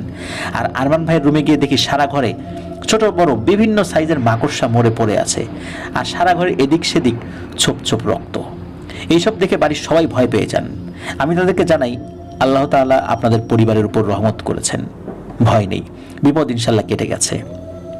আহাদকে নিয়ে গোসল করান, এতিম মিসকিনদের ভালো খাবারের সহিত আরও কিছু উপঢৌকন দিয়ে দিয়েন আপনাদের সাধ্য অনুযায়ী। আপনাদের উপকার করতে গিয়ে যেই হুজুর বিপদে পড়েছেন তার চিকিৎসার ব্যবস্থা করুন, তাকে আর্থিকভাবে সাহায্য করুন, ইনশাল্লাহ আর কোনো সমস্যা হবে না। এরপরে আহাদ আলহামদুলিল্লাহ আল্লাহ তাআলার দয়াতে সুস্থ হয়ে উঠেছিল। রফিক মামার পরিবার আর কোনো সমস্যা হয়নি। কিন্তু আমার জীবনের কঠিন এক অধ্যায়ের সূচনা হয়েছিল এই ঘটনা থেকেই। আমি জানতে পারি বড় দাদার অধীনে পরবর্তীতে সেই পিশাচ জিনদের আইন অনুযায়ী বা পিশাচের যে জিনটাকে আটক করা হয়েছিল, পিশাচকে জিনদের আইন অনুযায়ী বিচার করে সব সর্দারদের সম্মতিতে তাকে মৃত্যুদণ্ড দেওয়া হয়েছিল। এরপরে আমি জড়িয়ে পড়ি ভেলাত কাফরিয়ান নামের এক ভয়ঙ্কর কাফের জিন সম্রাটের সাথে, যে নিজ জাতির কাছে সবচেয়ে ঘৃণিত এক প্রাচীন জিন। তার সাথে ভয়ানক এক সংঘর্ষের কারণে আমার জীবনের সবচেয়ে খারাপ কিছু সময় পার করতে হয়েছে, সেটি এখন আপনাদেরকে বলতে যাচ্ছি। রফিক মামার বাসার ঝামেলা শেষ করে আমার নিজ বাসায় চলে আসি। অপেক্ষা করতে থাকি কখন বড় দাদার সাথে দেখা হবে, কারণ অনেক প্রশ্ন আছে আমার মনে যার উত্তর জানা প্রয়োজন। প্রায় 3 সপ্তাহ পরে দেখা হয় বড় দাদার সাথে। উনি তাহাজ্জুদের সালাতের সময় আসেন।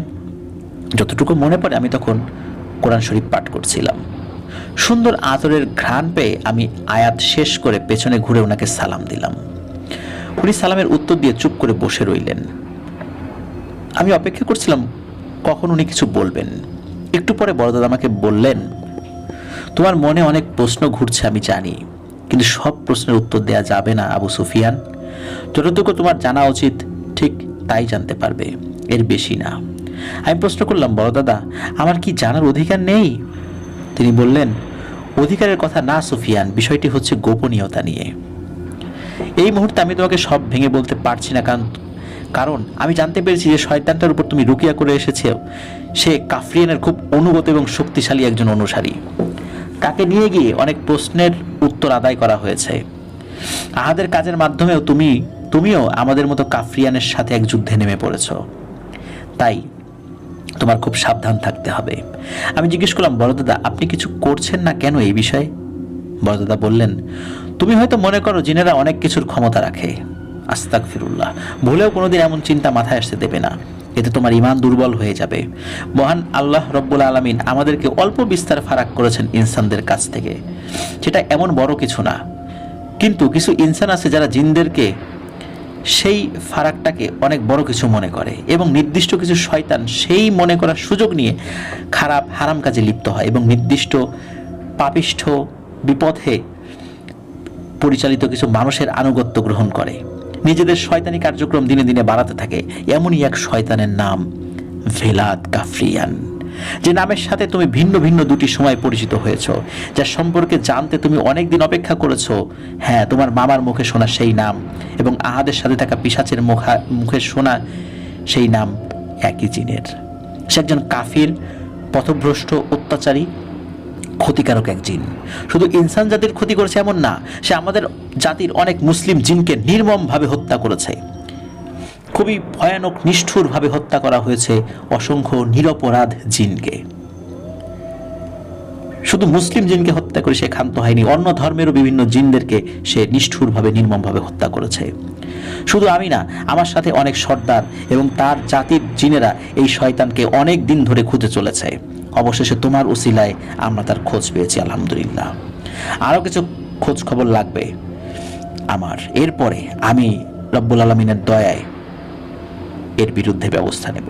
তোমাকে আমি জানাবো কখন কিভাবে কি করতে হবে।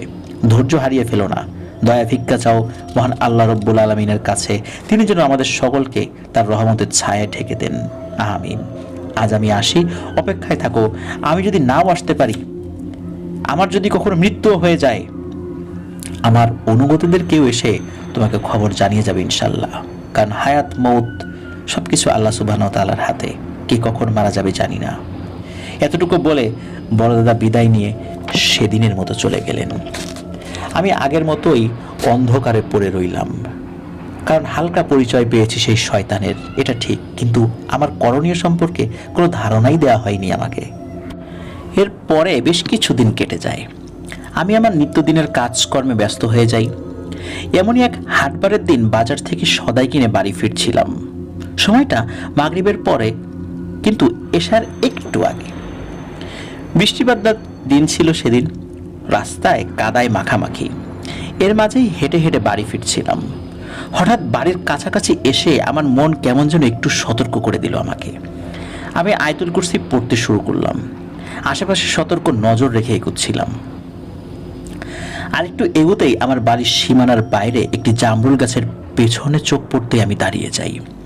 আনুমানিক 8 থেকে 9 ফুট উচ্চতার একটি কালো আলখেল্লা পরিহিত অবয়ব গাছের পেছনে আড়াল নিয়ে দাঁড়িয়ে আছে। আমি যেখানে ছিলাম সেখান থেকে তার উদ্দেশ্যে সালাম দিলাম, কিন্তু সেই অবয়বটি সালামের উত্তর না দিয়ে আমার দিকে একটি পুটলি জাতীয় কিছু ছুঁড়ে মারে। আমি একটু পিছিয়ে এসে তার উদ্দেশ্যে বলি, কে পাঠিয়েছে আপনাকে? এর মধ্যে কি আছে? সে উত্তর দিল, তোর জন্য উপহার পাঠিয়েছে, সামনে আরো পাবি। এটা বলে অবয়বটি গাছের সম্পূর্ণ আড়াল নিয়ে কোথায় যেন চলে গেল চোখের পলকে। আমি সেই জিনিসটি হাতে স্পর্শ না করে সেটা রেখে দ্রুত বাড়িতে গিয়ে বাজারের ব্যাগ রেখে একটা বস্তা নিয়ে ফিরে আসি। সেই জিনিসটি বস্তায় পুরে এশার সালাতের উদ্দেশ্যে মসজিদের পথে যাত্রা শুরু করি। মসজিদে পৌঁছে দরজার বাইরে বস্তাটি রেখে আমি এশার জামাত শেষ করি। সালাত শেষে বসে একটু জিকির করছিলাম, তখন আমাদের মসজিদের মুয়াজ্জিন সাহেব এসে আমাকে বললেন, হুজুর বারান্দায় বস্তায় কি নিয়ে আসছেন? আমি বললাম, বস্তায় কি আছে আমি এখনো দেখিনি, কিন্তু কোনো সমস্যা হয়েছে কি? উনি বললেন, আপনি আসেন, এসে নিজেই দেখেন। আমি দ্রুত ওনার সাথে বাইরে যাই। গিয়ে দরজার বাইরে বস্তার নিচ থেকে বের হওয়া রক্তে লাল হয়ে উঠেছে জায়গাটি, সেটি দেখতে পেলাম। সাথে সাথে আমি উঠে মসজিদের ওযুখানায় গিয়ে বালতি ভরে পানি এনে বস্তাটি সহ মুয়াজ্জিন সাহেবকে নিয়ে মসজিদ থেকে আরেকটু দূরে চলে যাই। সাথে একটা লাইট নেই। এরপরে বালতির পানিতে দোয়া কালাম পরে ফু দিয়ে সেই পুটলিটা পানিতে ডুবিয়ে দেই। আমার মন বলছিল ভেতরে যাই আছে সেটা ভালো না। পানিতে ডুবিয়ে রাখা অবস্থা আমি সেটা খুলে ফেলি, আর যেটা বের হয় সেটা দেখে আমি এবং মুয়াজ্জিন সাহেব দুজনই বেশ অবাক এবং ভয় পাই। ভেতরে একটি শূকরের কাটা মাথা, যেটা নিচ দিয়ে তখন রক্ত পড়ছিল ফোঁটায় ফোঁটায়। কিছু নারী ভুঁড়ি আর এক টুকরো সাদা কাপড় মুড়িয়ে কালো সুতো দিয়ে বেঁধে রাখা হয়েছে সেই নারী ভুঁড়ির সাথে। এসব দেখে মুয়াজ্জিন সাহেব সহ্য করতে না পেরে বমি করে ফেলেন। আমি নিজেও বেশ অসুস্থ বোধ করি। দেরি না করে খুব দ্রুত সেই সাদা কাপড়টি খুলে নিয়ে ওই নাপাক জিনিসগুলো দোয়া কালাম পরে ফু দিয়ে মাটি চাপা দিয়ে দেই এবং কাপড়টি সাথে নিয়ে বাড়ি চলে আসি। বাড়ি আসার সময় আমি বড় দাদার কথা স্মরণ করি, এই কারণে যে উনি আমাকে কিছু দোয়া শিখিয়ে দিয়েছিলেন, কিছু নিয়ম শিখিয়ে দিয়েছিলেন। আর বড় দাদার এই শিখিয়ে দেওয়ার নিয়মে আমি তার সাথে যোগাযোগের চেষ্টা করি। বাড়িতে এসে আমি আমার নামাজের ঘরে যাই এবং সেই কাপড়ের টুকরোটি রেখে এসে অজু করে ঘরে ঢুকি। রাত্রে খাওয়া দাওয়া শেষে এসে ঘুমানোর চেষ্টা করি, কিন্তু অনেকক্ষণ এপাশ ওপাশ করি, ঘুম আসছে না দেখে উঠে নামাজ ঘরে চলে যাই। বেশ কিছুক্ষণ পবিত্র কোরআন শরীফ তেলাওয়াত করে একটু জিকির করছিলাম, ঠিক তখন দেখি বড় দাদা ঘরে ঢুকলেন, সাথে আরও 4-5 জন এসেছেন। আমি সালাম বিনিময় করে বড় দাদাকে জানালাম সন্ধ্যার সেই ঘটনা। এরপরে কাপড়ের টুকরোটি তার হাতে দিলাম। উনি কালো সুতো খুলে কাপড়টি মেলে ধরলেন, ভেতরে কিছু লেখা ছিল। দেখতে পেলাম যে লেখা পড়ার সময় বড় দাদা সুন্দর সাদা দাড়ির সেই নুরানি সুরতখানি কেমন যেন চিন্তিত হয়ে উঠছিল। লেখাটা পড়া শেষ করে তিনি কাপড়খানি রেহমান ভাইয়ের হাতে দিয়ে বললেন, রেহমান, এই লেখা নিয়ে যাও, সব সর্দারদের দেখাও, তাদেরকে বলো তৈরি হতে, কিন্তু আমার আদেশ ছাড়া কেউ যেন আগে থেকে কোনো আক্রমণ না করে। রেহমান ভাই বের হয়ে যেতে বড় দাদা আমাকে বললেন, সুফিয়ান, ওই কাপড়ে হুমকি দেওয়া হয়েছে, তোমার খুব সাবধান থাকতে হবে, নিজের পরিবারের প্রতি খেয়াল রাখবে, বিশেষ করে বাচ্চাদের প্রতি। কাফরিয়ানের পক্ষ থেকে এসেছে ওই বার্তা। এখন থেকে এই ঝামেলার কোনো নিষ্পত্তি না হওয়া পর্যন্ত তোমার পরিবারের কাউকে বাড়ির সীমানার বাইরে যেতে দেবে না, কঠোরভাবে নিষেধ করবে। আমি যেভাবে বলছি ঠিক সেভাবে বাড়ির সীমানা বন্ধ করে দেবে। কিছুদিনের মধ্যে তোমার সাথে একজন রাকি যোগাযোগ করবেন, যোগাযোগ করা হলে তুমি অবশ্যই সেখানে যাবে, চিন্তা করো না। তোমার অনুপস্থিতি তোমার পরিবারের হেফাজতের জন্য আমার অধীনস্থদেরকে আমি সেখানে মোতায়েন করব। বাকিটা সব কিছুই আল্লাহ সুবহানাহু ওয়া তাআলার হাতে, আর আল্লাহর রহমতের অপেক্ষায় থাকতে হবে আমাদের। আরও কিছুক্ষণের জন্য আমার অধীনস্থদেরকে এখানে রেখে দিচ্ছি, সবাই তোমার সাথে কথা বলবে। তো সকলের সাথে একে একে কথা হলো, বেশ অনেক বিষয় নিয়ে আলোচনা করা হলো সেদিন। এরপর বড় দাদা আমার সাথে সালাত আদায় করে সবাইকে নিয়ে চলে গেলেন। ঘুম আর হলো না আমার সেদিন। সকালে ফজরের সালাত আদায় করে বড় দাদা শেখানো পদ্ধতিতে সারা বাড়ি বন্ধ করে দিলাম। খুব বিচলিত হয়ে পড়লাম, হঠাৎ এমনটা কেন হচ্ছে? আগেও তো অনেক সমস্যার সমাধান চেষ্টা করেছি, আল্লাহর রহমতের সমাধান হয়েওছে, সব যে পেরেছি তা না, কিন্তু এমন অবস্থায় তো পড়িনি কখনো। কিছুদিন আর অপেক্ষা করতে হলো না। সেদিন সকাল 10টার দিকে রফিক মামা আমাকে ফোন দিয়ে বললেন, আহাদ আমার সাথে দেখা করতে চায়। আমি রফিক মামাকে জানালাম, মামা, এই মুহূর্তে আমি বাড়ি থেকে বের হতে পারছি না, আপনি বরং আহাদকে পাঠিয়ে দিন আমার বাড়িতে। রফিক মামা না করেননি। ঠিকই সেদিন বিকালে আহাদ একজন হুজুরকে সাথে নিয়ে আমার বাড়িতে আসলেন। কুশল বিনিময় করে আমি আহাদকে জিজ্ঞেস করলাম, ওনাকে তো ঠিক চিনলাম না আহাদ। আহাদ বলল, সুফিয়ান ভাই, ওনার নাম আতাউল্লাহ সিদ্দিক, উনি পেশায় আপনার মতো একজন রাকি। উনি আমার পরিচিত এক মেয়ের চিকিৎসা করছেন, কিন্তু কোনোভাবেই পেরে উঠছেন না। ওই মেয়ের ভাইয়ের সাথে আমার কথা হওয়ার পর তিনি সিদ্দিক হুজুরের সাথে আমাকে পরিচয় করিয়ে দেন। আমি সিদ্দিক হুজুরকে আপনার কথা বলি, এটাও বলি আপনি কিভাবে আমার চিকিৎসা করে সারিয়ে তুলেছেন আল্লাহর রহমতে। আমার কথা শুনে সিদ্দিক ভাই আপনার সাথে দেখা করতে চান, তাই নিয়ে এলাম ওনাকে। সুফিয়ান ভাই, আপনি দয়া করে মেয়েটিকে সারিয়ে তোলার ব্যবস্থা করেন। আমি আহাদকে জিজ্ঞেস করলাম, মেয়ের নাম কি ফারজানা? আমার প্রশ্নে আহাদ বেশ লজ্জা পেল। আমি একটু হেসে সিদ্দিক ভাইয়ের দিকে তাকিয়ে জিজ্ঞেস করলাম, ভাই কি হয়েছে বলুন, কি এমন সমস্যা হয়েছে যে আপনি রুকিয়া করতে পারছেন না?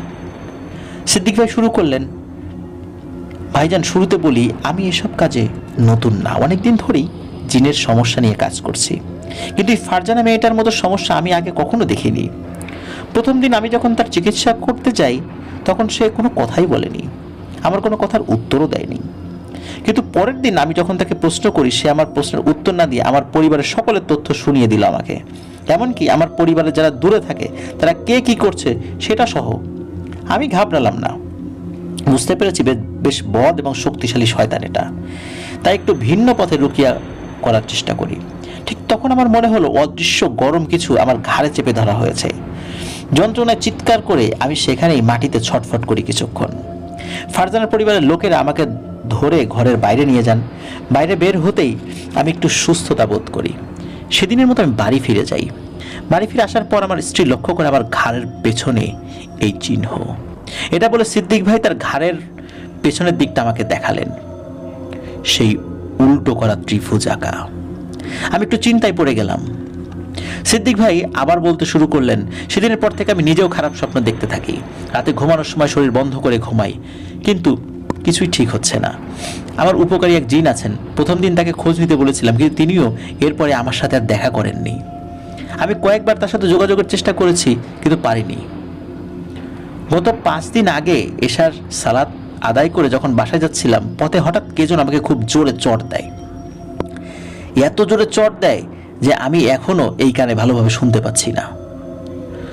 গত পরশু ফারজানার ভাই আমি যাচ্ছি না দেখে দেখা করতে আসেন আমার সাথে। তিনি আমার কথা শুনে আহাদের সাথে পরিচয় করিয়ে দেন এবং যোগাযোগ করিয়ে দেন। তারপর আমি এই যে আপনার সামনে। ভালো কথা, ফারজানার পরিবারের লোকের আমাকে বলেছিল ঘুমের ভেতরে সে কান্না করতে করতে জেগে ওঠে ঘুম থেকে, আর ঘুম ভেঙে গেলে সে ঘরের কোনো একজন সদস্যের দিকে তাকিয়ে থাকে অনেকক্ষণ। মাঝে মাঝে তার ভাইয়ের দিকে, মাঝে মাঝে তার বাবার দিকে, আবার কখনো অন্য লোকের দিকে তাকিয়ে থাকে, আবার কখনো তার মায়ের দিকেও তাকিয়ে থাকে, অর্থাৎ নির্দিষ্ট কাউকে লক্ষ্য করে নয়। এতটুকু বলে সিদ্দিক ভাই থামলেন। আমি শুনলাম সবকিছু। মাথার ভেতর সব ঘোলাটে লাগছিল। মনে হচ্ছিল এতটুকু তথ্য যথেষ্ট নয়। আমি সিদ্দিক ভাইকে বললাম, ভাই আপনারা দুজন আজকে আমার বাড়িতেই থাকেন, আমি কালকে ইনশাল্লাহ আপনাদের দেখি কিছু জানাতে পারি কিনা। সিদ্দিক ভাই এবং আহাদ ভাই ছিলেন সেদিন, তবে আমার বাড়িতে না। সিদ্দিক ভাইয়ের এক আত্মীয় থাকেন পাশের গ্রামে, তার বাড়িতেই ওনারা দুজন ছিলেন। এদিকে আমি আসরের নামাজের পর থেকেই বড়দাদের সাথে যোগাযোগের চেষ্টা করি। রাত আনুমানিক 10টার দিকে মসজিদ বন্ধ করে বের হব, এমন সময় রেহমান ভাই আসলেন। মসজিদে তখন কেউ ছিলেন না। রেহমান ভাই আমাকে বললেন, সুফিয়ান ভাই, সর্দার আজকে আসতে পারবেন না, তিনি বেশ ব্যস্ত, অন্যান্য সর্দারদের সাথে বৈঠক করছেন খুবই জরুরি একটা বিষয়ে। যা বলার আমাকে বলুন, আমি জানিয়ে দেব। এরপর আমি সিদ্দিক ভাইয়ের বলা সবকিছু জানাই রেহমান ভাইকে, আর আমার করণীয় কি সেই বিষয়ে বড়দাদার কাছ থেকে কোনো উপদেশ দেয়া হয় কিনা সেই বিষয়ে জানাতে বলি। রেহমান ভাই সব শুনে চলে গেলেন। খবর নিয়ে তিনি এলেন শেষ রাতে, ফজরের একটু আগে। আমি মসজিদের দিকে যাচ্ছিলাম, তখন রেহমান ভাইকে দেখলাম মসজিদের পাশে দাঁড়িয়ে আছেন। সালাম বিনিময় শেষে তিনি বললেন, সুফিয়ান ভাই, হুজুর আপনাকে সেই মেয়ের বাড়িতে যেতে বলেছেন, তারপর রুকিয়া করে জানার চেষ্টা করবেন যে তার উপর আসর করা শয়তানের নাম। বিষয়টি কিন্তু মোটেও সহজ হবে না, তাই প্রয়োজন হলে এই পানি ব্যবহার করবেন। এটি জমজম কূপের পানি, এবং এই পানি হুজুর একজন আলেম ইনসান বন্ধু পড়ে দিয়েছেন। আর সিদ্দিক ভাইয়ের সেই জিনকে, যার নাম ইয়াসিন, জানিয়ে দিন ইয়াসিনকে শহীদ করা হয়েছে।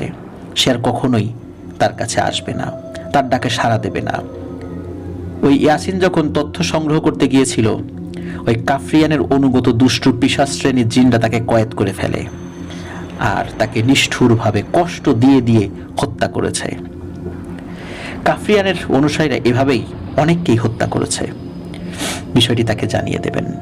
এই বলে একটি কাচের বোতল রেহমান ভাই আমার হাতে দেন। তারপর বিদায় নিয়ে যাওয়ার আগে বললেন, চিন্তা করবেন না ভাই, আপনার পরিবারের হেফাজতের জন্য অনেক জিনকে দায়িত্ব দেওয়া হয়েছে। আপনার অনুপস্থিতি তারা সবাই থাকবে আপনার বাড়ির আশেপাশে। আপনি সাবধানে যাবেন, আর মনে রাখবেন আপনি একা নন। মহান আল্লাহ সুবহানাহু ওয়া তাআলার দয়ায় আমরা সবাই আপনার সাথে আছি, ইনশাআল্লাহ থাকবো শেষ পর্যন্ত, শেষ নিঃশ্বাস পর্যন্ত। আপনি সেখানে পৌঁছেই আমাদের অনেককেই পাবেন ইনশাআল্লাহ। যখনই দরকার হবে ডাকবেন, আমরা চলে আসব। রাব্বি কারিম আপনার হেফাজত করুন। এই বলে রেহমান ভাই চলে গেলেন। আমার খুব খারাপ লাগছিল সেই ইয়াসিন নামক জিনটার কথা স্মরণ করে, যে মানুষের উপকার করার জন্য একটা তথ্য সংগ্রহ করতে গিয়ে কয়েদ হয়ে গিয়ে সেই কাফরিয়ানের অনুগত জিনদের হাতে শহীদ হলেন। কি বলবো সিদ্দিক ভাইকে গিয়ে বুঝে উঠতে পারছিলাম না। আমি মসজিদে গিয়ে সালাত আদায় করে মুয়াজ্জিন সাহেবকে দায়িত্ব বুঝিয়ে দিলাম। সকালে আহাদ এবং সিদ্দিক ভাই আসলে তাদেরকে জানালাম সব কথা। জিনের এই কথা শুনে সিদ্দিক ভাই কি বলবেন বুঝতে পারছিলেন না। যাই হোক, প্রথমে ভালো কথা বলেছিলাম, সিদ্দিক ভাই শুনে খুশি হয়েছিলেন। তিনি বলেন, ভাই আমি মনে মনে চাইছিলাম যে আপনি যেন আমাদের সাথে যান, আলহামদুলিল্লাহ, ধন্যবাদ। আমি বললাম, ধন্যবাদ লাগবে না সিদ্দিক ভাই, আপনার জন্য আরেকটি খারাপ খবর আছে। আপনার উপকার করতেন যে জিন, তার নাম কি ইয়াসিন? সিদ্দিক ভাই আশ্চর্য হয়ে সূচক মাথা নাড়লেন। আমি বললাম, তাকে হত্যা করা হয়েছে। আপনি তার জন্য আল্লাহ রাব্বুল আলামিনের কাছে দোয়া করবেন। সিদ্দিক ভাই জিজ্ঞেস করলেন, ভাই আপনি কিভাবে জানলেন? আমি উত্তর দিলাম, আপনার মতো আমাকেও বেশ কয়েকজন মুসলিম জিন সাহায্য করেন, তারাই জানালেন। একথা শুনে সিদ্দিক ভাই কান্নায় ভেঙে পড়লেন। আমি বুঝতে পারলাম যে তাদের দুজনেরই অনেক দিনের বন্ধুত্ব ছিল। তাকে কিছু সান্ত্বনা দেওয়ার বৃথা চেষ্টা করলাম। একটু সুস্থির হলে বললাম, আহাদ ভাই তুমি তোমার বাড়ি চলে যাও, আমি আর সিদ্দিক ভাই ফারজানার বাসার উদ্দেশ্যে রওনা হব। এই বলে আমি ঘরে গেলাম। আমার স্ত্রীকে সব বুঝিয়ে দিয়ে বের হয়ে এলাম বাড়ি থেকে। রওনা হলাম এক অনিশ্চিত যুদ্ধের দিকে। ফারজানার বাসায় পৌঁছতে আমাদের জোহরের ওয়াক্তের সালাত পথে আদায় করতে হয়। তার বাবার বাড়ি মংলাতে। জায়গার নামটি এতদিন পরে সঠিকভাবে মনে করতে পারছি না, তবে গ্রামটি মংলা সদর থেকে 2 কিলোমিটার দূরে হবে। ফারজানার বাবা মঞ্জুরুল আলম এলাকার বেশ গণ্যমান্য ব্যক্তি। তিনি সদ্য সাবেক হওয়া চেয়ারম্যান, মানে পূর্বের চেয়ারম্যান ছিলেন। আমি সিদ্দিক ভাইয়ের সাথে যখন তাদের বাড়ির গেটের সামনে পৌঁছাই তখন খেয়াল করি এই বাড়ির আশেপাশের গাছগাছালিতে কোনো পাখির বা প্রকৃতির কোনো সারা শব্দ নেই। বিষয়টা আমি সিদ্দিক ভাইয়ের নজরে আনলাম। তিনিও খেয়াল করলেন এবং বললেন, ভাই আগেও এমন ছিল, তবে আমি খেয়াল করিনি। আজ আপনি বলার পরে চোখে পড়ল বিষয়টা, চলেন ভেতরে যাই। আমরা বাড়ির ভেতরে ঢুকবো তখন গেটের কাছ থেকে ভেতরে চিৎকার চেঁচামেচি শব্দ শুনতে পাই। গেট দিয়ে ভেতরে গিয়ে আমি উঠোনে দাঁড়াই। সিদ্দিক ভাই ভেতরে গিয়ে ফারজানার ভাই ও বাবাকে নিয়ে আসেন। আমরা একে অপরের সাথে সালাম বিনিময় করলাম। ফারজানার বাবা বললেন, হুজুর আসেন, ভেতরে এসে বসেন, মেয়ের চিকিৎসা চলছে, একটু শেষ হলেই আপনার সামনে নিয়ে আসবো। আমি জিজ্ঞেস করলাম, ডাক্তার এনেছেন নাকি? তিনি বললেন, না ডাক্তার না, ভালো একজন নামকরা কবিরাজ পটুয়াখালী থেকে এসেছেন। আমি বললাম, চাচা আমাকে নিয়ে চলুন, আমি দেখতে চাই কবিরাজ সাহেব কিভাবে কাজ করেন। মঞ্জু চাচা একটু ইতস্তত করলো, নিয়ে গেলেন আমাকে। ভেতরে গিয়ে অবস্থা দেখে আমার মাথায় রক্ত উঠে গেল। কবিরাজের সামনে ফারজানাকে কবিরাজের একজন ছেলে অ্যাসিস্ট্যান্ট চেপে ধরে রেখেছে, আর কবিরাজ শুকনো মরিচ বা এই জাতীয় কিছু মেয়েটার নাকে চেপে ধরেছে। কষ্ট পাচ্ছিল মেয়েটা। এসব দেখে আমি আর মেজাজ ঠিক রাখতে পারলাম না। আমি বললাম যে বন্ধ করেন এগুলো, এখনই বন্ধ করবেন। ফারজানার বাবার দিকে তাকিয়ে জিজ্ঞেস করলাম, চাচা আপনি পূর্ণবয়স্ক মেয়েটাকে এমন পর্দাহীনভাবে দুজন পুরুষ মানুষের কাছে চিকিৎসা করতে দিচ্ছেন? এমন চিকিৎসার থেকে তো মারা যাওয়া উত্তম। ভয় করেন না কেন আপনারা? এর জবাব তো দিতে হবে বাবা হিসাবে আল্লাহ তাআলার কাছে। এগুলো বন্ধ করেন চাচা। একটা সমস্যা সমাধান করতে গিয়ে আরো পাপ করবেন না দয়া করে। মঞ্জু চাচা একটু ইতস্তত করছিলেন দেখে আমি আবার বললাম, আপনারা যদি এসব বুজরুকি বন্ধ না করেন তাহলে আমি এক্ষুনি এখান থেকে চলে যাব। আর যদি চলে যেতে হয় এইসব পাপ কাজের কারণে, তাহলে আর আপনি আমাকে পাবেন না বলে দিলাম। মঞ্জু চাচা এবার তার ইতস্তত ভাব কাটিয়ে দাঁড়িয়ে থাকা একজন মহিলাকে বললেন ফারজানাকে ভেতরে নিয়ে যেতে, আর কবিরাজকে টাকা পয়সা দিয়ে বিদায় করে দিলেন। এরপর আমি মঞ্জু চাচাকে বললাম, আজ এশার সালাতের পর পর্দার সহিত ফারজানাকে আমার সাথে নিয়ে আসবেন। তার উপরে মহান আল্লাহ তাআলার কালামের মাধ্যমে রুকিয়া শুরু করবো ইনশাল্লাহ। ঘরের সবাই সালাত আদায় করবেন নিয়মিত। আর আপনাদের পরিবারে ইদানিং এর মাঝে কি কেউ অসুস্থ হয়ে পড়েছে নাকি? তিনি বললেন, জি হুজুর, আমার ছোট ভাই অসুস্থ, সে ঘুম খাওয়া দাওয়া ছেড়ে দিয়েছে প্রায়। তার সাথে দেখা করতে চাইলে পাশের একটি বাড়িতে আমাকে নিয়ে যাওয়া হয়। বারান্দায় একটি বিছানায় একজন মধ্যবয়সী লোক শুয়ে আছেন। আমি তার পাশে বসে সালাম দিয়ে জিজ্ঞেস করলাম, চাচা আপনার কি হয়েছে, আমাকে বলবেন একটু? উনি আমার দিকে অল্প কিছু সময় তাকিয়ে থেকে বললেন, হুজুর আমি বললেও আপনি বিশ্বাস করবেন না, তাই বলতে চাচ্ছি না। আমি ওনাকে বললাম, চাচা আপনি আমাকে না বললে আমি অনেক কিছুই জানতে পারবো না, দয়া করে দুশ্চিন্তা ছাড়া বলুন। এরপরে তিনি শোনালেন এক ভয়ঙ্কর ঘটনা, তার সারসংক্ষেপ বলছি। ওনার নাম সাজু, পেশায় একজন মাছের আড়তদার এবং মাছ চাষি। প্রায় সময় বেচাকেনা শেষ করে একসাথে তার যে ঘেরগুলো রয়েছে সেই ঘেরগুলো ঘুরে বাড়ি আসতে হয়, তাই তার দেরি হয়। বেশ কিছুদিন আগে এমন রাত করে বাড়ি ফিরছিলেন। তাদের গেটের ভেতরে ঢোকার পর উনি মঞ্জু চাচাদের বাড়ির টিনের চালের উপর চোখ পড়তে দেখতে পান কালো আলখেল্লা পরিহিত 10 থেকে 12টি অবয়ব হাঁটু মুড়ে উপর হয়ে বসে দুলছে। প্রথমে তিনি ভাবলেন চোট্টর হবে, তাই হাতে থাকা টর্চ লাইটের আলো ফেলেন চালের উপরে। আলো ফেলেই তিনি ভয়ে চমকে ওঠেন। তিনি দেখেন আলখেল্লার ভেতরে মুখের স্থানে যতটুকু দেখা যাচ্ছে সেখানে মাংসের দলা ছাড়া আর কিছুই নেই। ভয়ে তিনি পিছিয়ে আসেন, আর ঠিক তখনই দেখলেন ওই কালো অবয়বগুলো মাছ থেকে একটি অবয়ব উঠে দাঁড়ায় এবং সেখান থেকে লাফ দিয়ে শূন্যে উঠে মিলিয়ে যায়। উনি ভয়ে চিৎকার করতে যাবেন, ঠিক তখনই ওনার ঘাড়ের পেছনে প্রচণ্ড যন্ত্রণা শুরু হয়, মনে হয় ওই জায়গাটি পুড়িয়ে দিয়েছে। এরপরে উনি চিৎকার দিয়ে উঠলে বাড়ির সবাই বের হয়ে এসে ধরাধরি করে ওনাকে ওনাদের ঘরে নিয়ে যান। প্রচণ্ড ব্যথায় তিনি ঘুমিয়ে পড়েন। সেদিন থেকে একটি স্বপ্ন প্রতিদিনই দেখছেন। তিনি ঘুমালেই দেখতে পান তার পরিবারের কেউ একজন মারা গেছে এবং ফারজানা সেই মৃতদেহর মাংস খুবলে খাচ্ছে। আর ফারজানার পেছন থেকে সেই কালো অবয়বগুলো দাঁড়িয়ে ঝুঁকে ঝুঁকে কিছু একটা বলছে। প্রতিবার ঘুমের সময় তিনি পরিবারের ভিন্ন ভিন্ন সদস্যকে মৃত অবস্থায় দেখতে পান আর ফারজানাকে দেখেন তার শরীরের মাংস ভক্ষণ করতে। এই স্বপ্নের ভয়ে তিনি ঘুমাতে পারছেন না, খেতে পারছেন না, এমন একটা অবস্থা চলছে। সবচেয়ে বড় কথা হলো, রাত হলেই তিনি তার টিনের চালের উপর হাঁটা চলার শব্দ শুনতে পান। মাঝে একদিন তার মাথার কাছের জানালার ওপাশ থেকে একটি শব্দ শুনতে পান। তার মতে অ্যাজমা রোগীদের শ্বাস টান উঠলে যেমন শব্দ হয়, ঠিক তেমন শব্দ শুনে তিনি মাথা উঠিয়ে বাইরে তাকিয়ে দেখেন সেই কালো অবয়বটি দাঁড়িয়ে আছে। শব্দটি আসছে তার মুখের স্থানে যে মাংসপিণ্ড রয়েছে সেখান থেকে। আর সেই মাংসপিণ্ডটি নিঃশ্বাসের সাথে সাথে আমাদের বুক যেভাবে ওঠানামা করে ঠিক সেভাবে ওঠানামা করছে। এটা দেখে ভয় চিৎকার দিয়ে তিনি অজ্ঞান হয়ে যান। এরপরে বাড়ির লোকজন এসে ওনাকে পানি টানি দিয়ে জ্ঞান ফেরান। আমি খুব মনোযোগ দিয়ে ওনার কথা শুনলাম। তারপর ঘাড়ের পেছন দিকে পরীক্ষা করে দেখি সেই একই চিহ্ন, উল্টো করে ত্রিভুজ। বেশ বুঝতে পারছিলাম আমি পিশাচগুলোর মাঝখানে এসে পড়েছি। দেরি না করে বের হয়ে আসলাম সেই ঘর থেকে। রাতে মসজিদে এশার সালাত আদায় করে একটু নির্জনতার খোঁজে এদিক ওদিক হাঁটছিলাম আর বড় দাদা বা কারোর সাথে যোগাযোগ করার চেষ্টা করছিলাম। কিছু সময় পরে হামজা ভাই এলেন। সালাম বিনিময় শেষে আমি ওনাকে সব খুলে বললাম। উনি সব শুনে আমাকে বললেন, সুফিয়ান ভাই, আমরা জানি এমন কিছু হচ্ছে এবং কিছু করতে না পারলে সামনে আরো হবে। খুব তাড়াতাড়ি কিছু একটা করতে না পারলে ফারজানার ছোট চাচার মৃত্যুর মাধ্যমে শুরু হবে ওনাদের পরিবারে মৃত্যুর মিছিল। আপনি ফারজানার পাশাপাশি তার চাচার উপরে রুকিয়া পরিচালনা করেন। আপনি শুধু এই পিশাচটাকে আল্লাহ তাআলার কালামের মাধ্যমে বের করে আনেন, বাকিটা আমরা বুঝে নেব ওকে কি করতে হয়। আর ফারজানার রুকিয়া করতে আপনার সময় লাগবে, কিন্তু আপনি রুকিয়া বন্ধ করবেন না। ইনশাল্লাহ এর মাঝে আল্লাহ সুবহানাহু ওয়া তাআলার সাহায্য ইনশাল্লাহ অবশ্যই আসবে।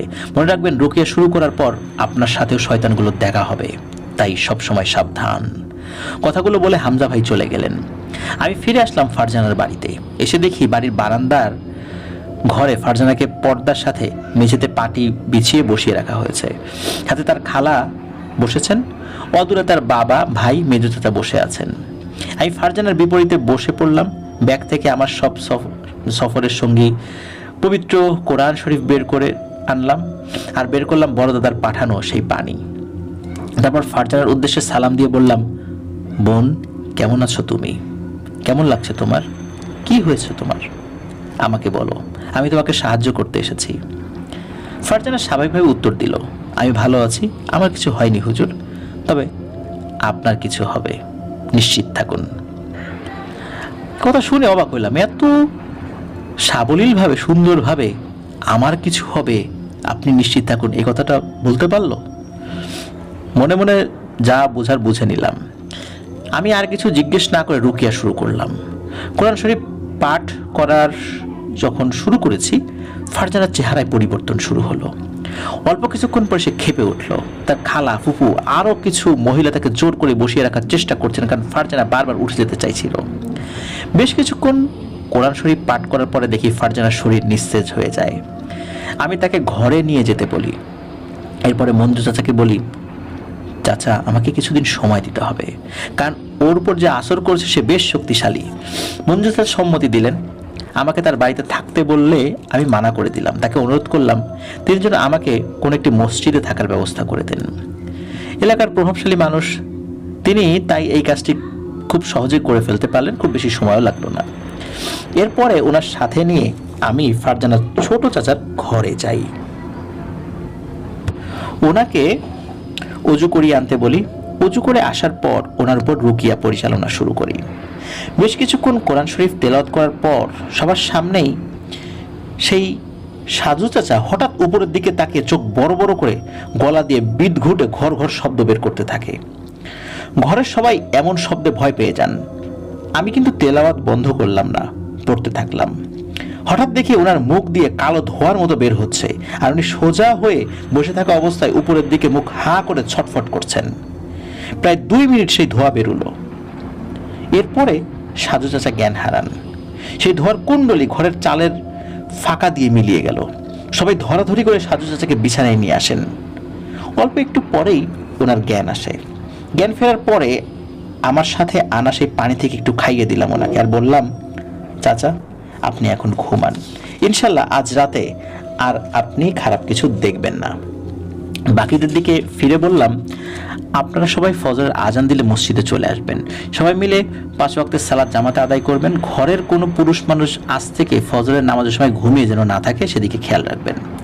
আপনাদের পরিবারের উপর বেশ বড় মুসিবত এসেছে, সবাই মিলে রব্বুল আলামিনের কাছ থেকে এই মুসিবতের বিরুদ্ধে সাহায্য চান। ইনশাল্লাহ আমার আল্লাহ কাউকে খালি হাতে ফেরান না। আরও কিছু আমল বলে দিয়ে আমি বের হয়ে আসি। রাতের খাবার সাথে নিয়ে আমাকে মসজিদে এগিয়ে দিয়ে আসেন ফারজানার ভাই মিরাজ। পথে হাঁটতে হাঁটতে সে বলে, হুজুর আমার বোন ভালো হবে তো? খুব কষ্ট লাগে ও যখন পাগলামি শুরু করে, আমার আদরের বোন। আমি উত্তর দিলাম, মিরাজ ভাই, আমার আল্লাহ তার মুমিন বান্দাদের হেফাজতের দায়িত্ব নিজেই নেন, ভরসা রাখুন রব্বি কারিমের উপরে। চেষ্টা করুন এখন থেকে একজন মুমিন হওয়ার। ঘরের সকলকে রহমতের পথে আসতে বলুন, দেখবেন ইনশাল্লাহ সব ঠিক হয়ে যাবে। এমন টুকটাক কথা বলতে বলতে আমরা মসজিদে চলে আসি। আমি অজু করে মিরাজ ভাইয়ের শরীর বন্ধ করে দিয়ে বাড়িতে পাঠিয়ে দেই, কারণ আমার ভয় ছিল পথে তার উপর কোনো বিপদ আপদ না হয়। এরপর খাওয়া দাওয়া করে মসজিদের এক কোণে বিছানা পেতে শুয়ে পড়ি। সারাদিনের পরিশ্রমে খুব দ্রুত ঘুমিয়ে পড়ি। রাত কত হবে বলতে পারবো না। মসজিদের বাইরে থেকে কেমন যেন একটা জন্তুর হুঙ্কারের বিকট শব্দ আসছিল। শুনে আমার ঘুম ভেঙে যায়। সাথে সাথে উঠে বসে নিজের শরীর বন্ধ করে জানালার এক পাটি খুলে বাইরে তাকাই। আমি দেখি মসজিদের সীমানার বাইরে কালো আলখেল্লা পরিহিত প্রায় 50 কি 60টি অবয়ব, যাদের মুখে মুখ বলতে কিছু নাই। মাথার স্থানে শুধু একটা বিশাল মাংসপিণ্ড, চিৎকারের সাথে যেটি ওঠানামা করছে। এমন কতগুলো পিশাচ মসজিদের দিকে ফিরে সেই হুঙ্কার দিচ্ছে আর আস্তে আস্তে এগিয়ে আসছে মসজিদের দিকে। সত্যি আমি ভয় পেয়ে গিয়েছিলাম, অনেক ভয় পেয়েছিলাম। আমি জানালার কাছ থেকে সরে এসে চিৎকার দিয়ে আমার আল্লাহকে ডাকতে থাকি, সাহায্য চাইতে থাকি আমার রবের কাছে। ওরা এগোতে এগোতে মসজিদের সীমানার কাছাকাছি আসতেই হঠাৎ আমার পেছন থেকে একজন বলে ওঠে, ভয় নেই সুফিয়ান, তোমাকে তো আগেই জানানো হয়েছে, ইনশাল্লাহ আমরা তোমার সাথে শেষ পর্যন্ত আছি, এদিকে এসো, আমার পাশে এসে বসো, বাইরে তাকিও না।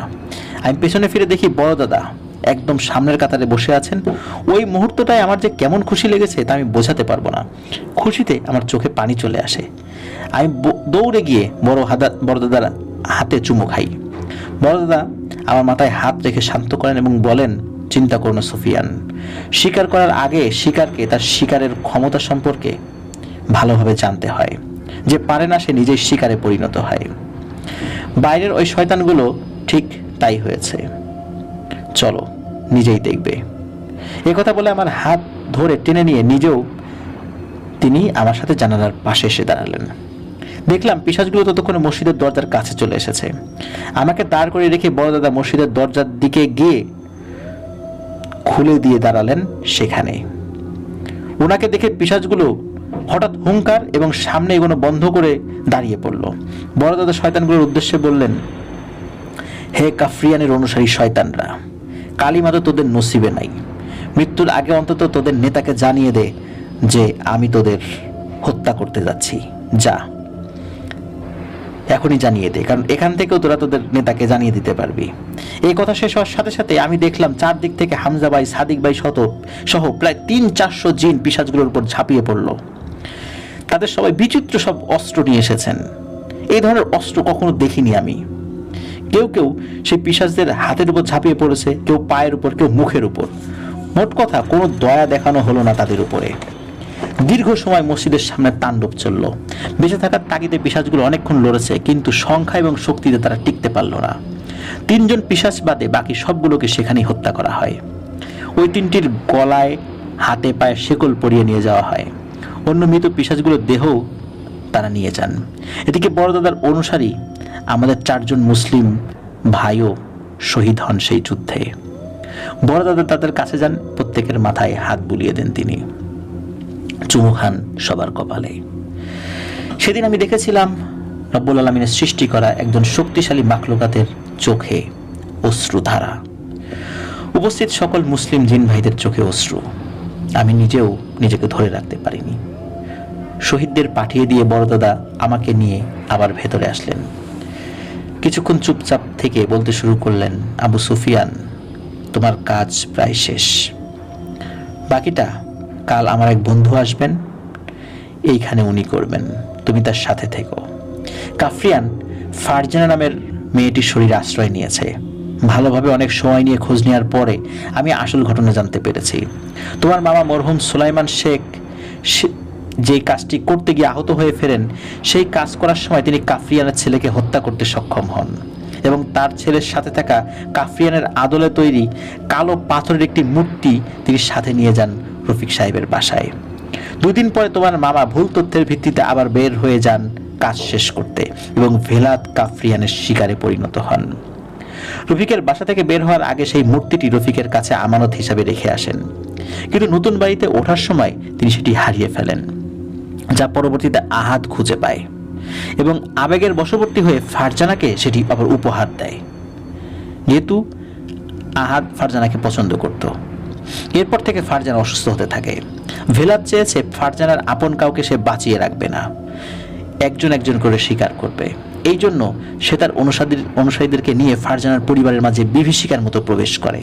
আলহামদুলিল্লাহ, সব ভালোভাবেই রব্বি কারিমের দয়ায় শেষ হচ্ছে। তোমার পরিবারের হেফাজতের দায়িত্ব এই রেহমান তার দলবল নিয়ে আছে, চিন্তা করো না তাদের নিয়ে। কাফরিয়ানকে জীবিত অবস্থায় ধরা খুবই জরুরি, অনেক হিসাব আছে তার সাথে আমাদের। কিন্তু তোমাকে একটা কথা বলে দিই, সেদিন তোমাকে কাফরিয়ানের যে পুটুলিটা পাঠিয়েছিল সেটা হাত দিয়ে ধরা উচিত হয়নি তোমার, খারাপ রকমের জাদু করা ছিল তাতে।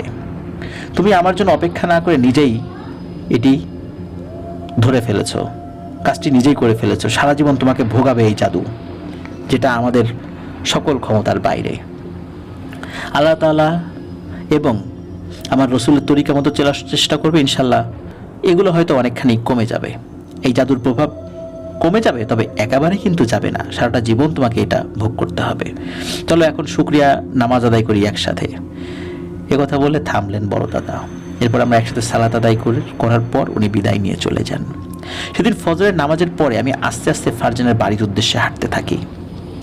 মসজিদে সালাতের সময় অনেকে আমাকে জিজ্ঞেস করলেন রাতে কি হয়েছিল, কারণ তারা সবাই সেই হুঙ্কার, চিৎকার, কান্না, আর্তনাদ শুনতে পান। আমি শুধু তাদের বলি আল্লাহ তাআলার রহমত বর্ষিত হয়েছে, আর কিছু না। ফারজানাদের বাড়িতে এসে দেখি সবাই ফারজানাকে বেঁধে ঘিরে রেখেছে। মিরাজ ভাই জানালো মধ্যরাতের পর থেকে হঠাৎ সে পাগলামি শুরু করে, চিৎকার করছে আর বলছে তাকে ছেড়ে দিতে, সে নিরাপদে গিয়ে ফারজানাকে ছেড়ে দেবে। শুনে আমি একটু হাসলাম আর বললাম, ভয় নেই ভাই, আপনারা খেয়াল রাখেন সে যেন কোথাও যেতে না পারে, আল্লাহর সাহায্য আসছে। আমার কথা মতো ফারজানাকে প্রায় সারাদিন বেঁধে রাখা হলো। কাফরিয়ান বের হতে পারছিল না, কারণ বাইরে বড় দাদার অনুসারী এবং অন্যান্য সর্দারদের অনুসারী হাজার হাজার জিন ভয়ানক সমস্ত অস্ত্র নিয়ে অপেক্ষা করছিল যে সে বাইরে বের হবে আর তার জীবন শেষ হয়ে যাবে। মাগরিবের সালাতের পর একজন বয়স্ক হুজুর আসেন ফারজানার বাড়িতে, তার সাথে আরো 4 জন এসেছেন। আমি তাকে একবার দেখে চিনতে পেরেছি, উনি দক্ষিণবঙ্গের বিখ্যাত আলেম হাফেজ শাহ হুজুর। উনি বাড়িতে ঢুকেই আমাকে কাছে ডাকলেন। আমি কাছে এসে সালাম বিনিময় করলাম ওনার সাথে। উনি বললেন, বাবা সুফিয়ান, আমি তোমার কথা শুনেছি, রব্বুল আলামিনের কাছে দোয়া করে তিনি যেন তোমাকে শেফা দান করেন। এরপর আরো কিছুক্ষণ কথার পরে উনি উঠোনে এসে কিছু ময়দা পরে ছিটিয়ে দিলেন, তারপর ফারজানাকে নিয়ে আসতে বললেন। ওনার সাথে আসা 4 জন 4 কোণায় দাঁড়িয়ে পড়লেন। মাঝখানে ফারজানাকে বসিয়ে শুরু করলেন রুকিয়া। ওই 4 জন হুজুর চারদিক থেকে ফারজানার শরীরে পানি ছিটাচ্ছিলেন। আমি লক্ষ্য করছিলাম হাফেজ হুজুরের রুকিয়া পদ্ধতি, উনি এমন সব আমল করছেন যা আমি জানতাম না। অল্প কিছুক্ষণ পরে সকলের চোখের সামনে ফারজানার মুখ দিয়ে কালো ধোঁয়া বের হতে থাকে। ধোঁয়াটা বের হয়ে উপরের দিকে উঠতে থাকলো। সবাই ফারজানার দিকে তাকিয়েছিলেন, আমি দেখছিলাম ধোঁয়াটা কোথায় যায়। অল্প একটু উপরে ওঠার পরে দেখলাম বাড়ির বাইরের এক নারকেল গাছ থেকে 4-5টি আলো খুব দ্রুত এসে ধোঁয়ার কুণ্ডলিটাকে নিয়ে শূন্যে মিলিয়ে গেল। এদিকে ফারজানা অনবরত বমি করছে, কিন্তু তার বমির সাথে বের হচ্ছে নখ, চুল, কালো সুতা দিয়ে মোড়ানো এক টুকরো লাল কাপড়, এবং শেষে বের হয়ে এলো ছোট্ট কালো পাথরের একটি মূর্তি। হাফেজ শাহ হুজুর মূর্তিটি নিয়ে চলে যান। যার সময় আমাকে বলেন, বাবা, রব্বুল আলামিনের পথে চলতে হলে অনেক বাধা আসে, সেই বাধা কাটিয়ে যদি অল্প কিছু সময়ও কেউ বাঁচে, আমি মনে করি সেটাই তার জন্য অনেক বেশি। ভালো থেকো। পরের ঘটনা অনেক সংক্ষিপ্ত।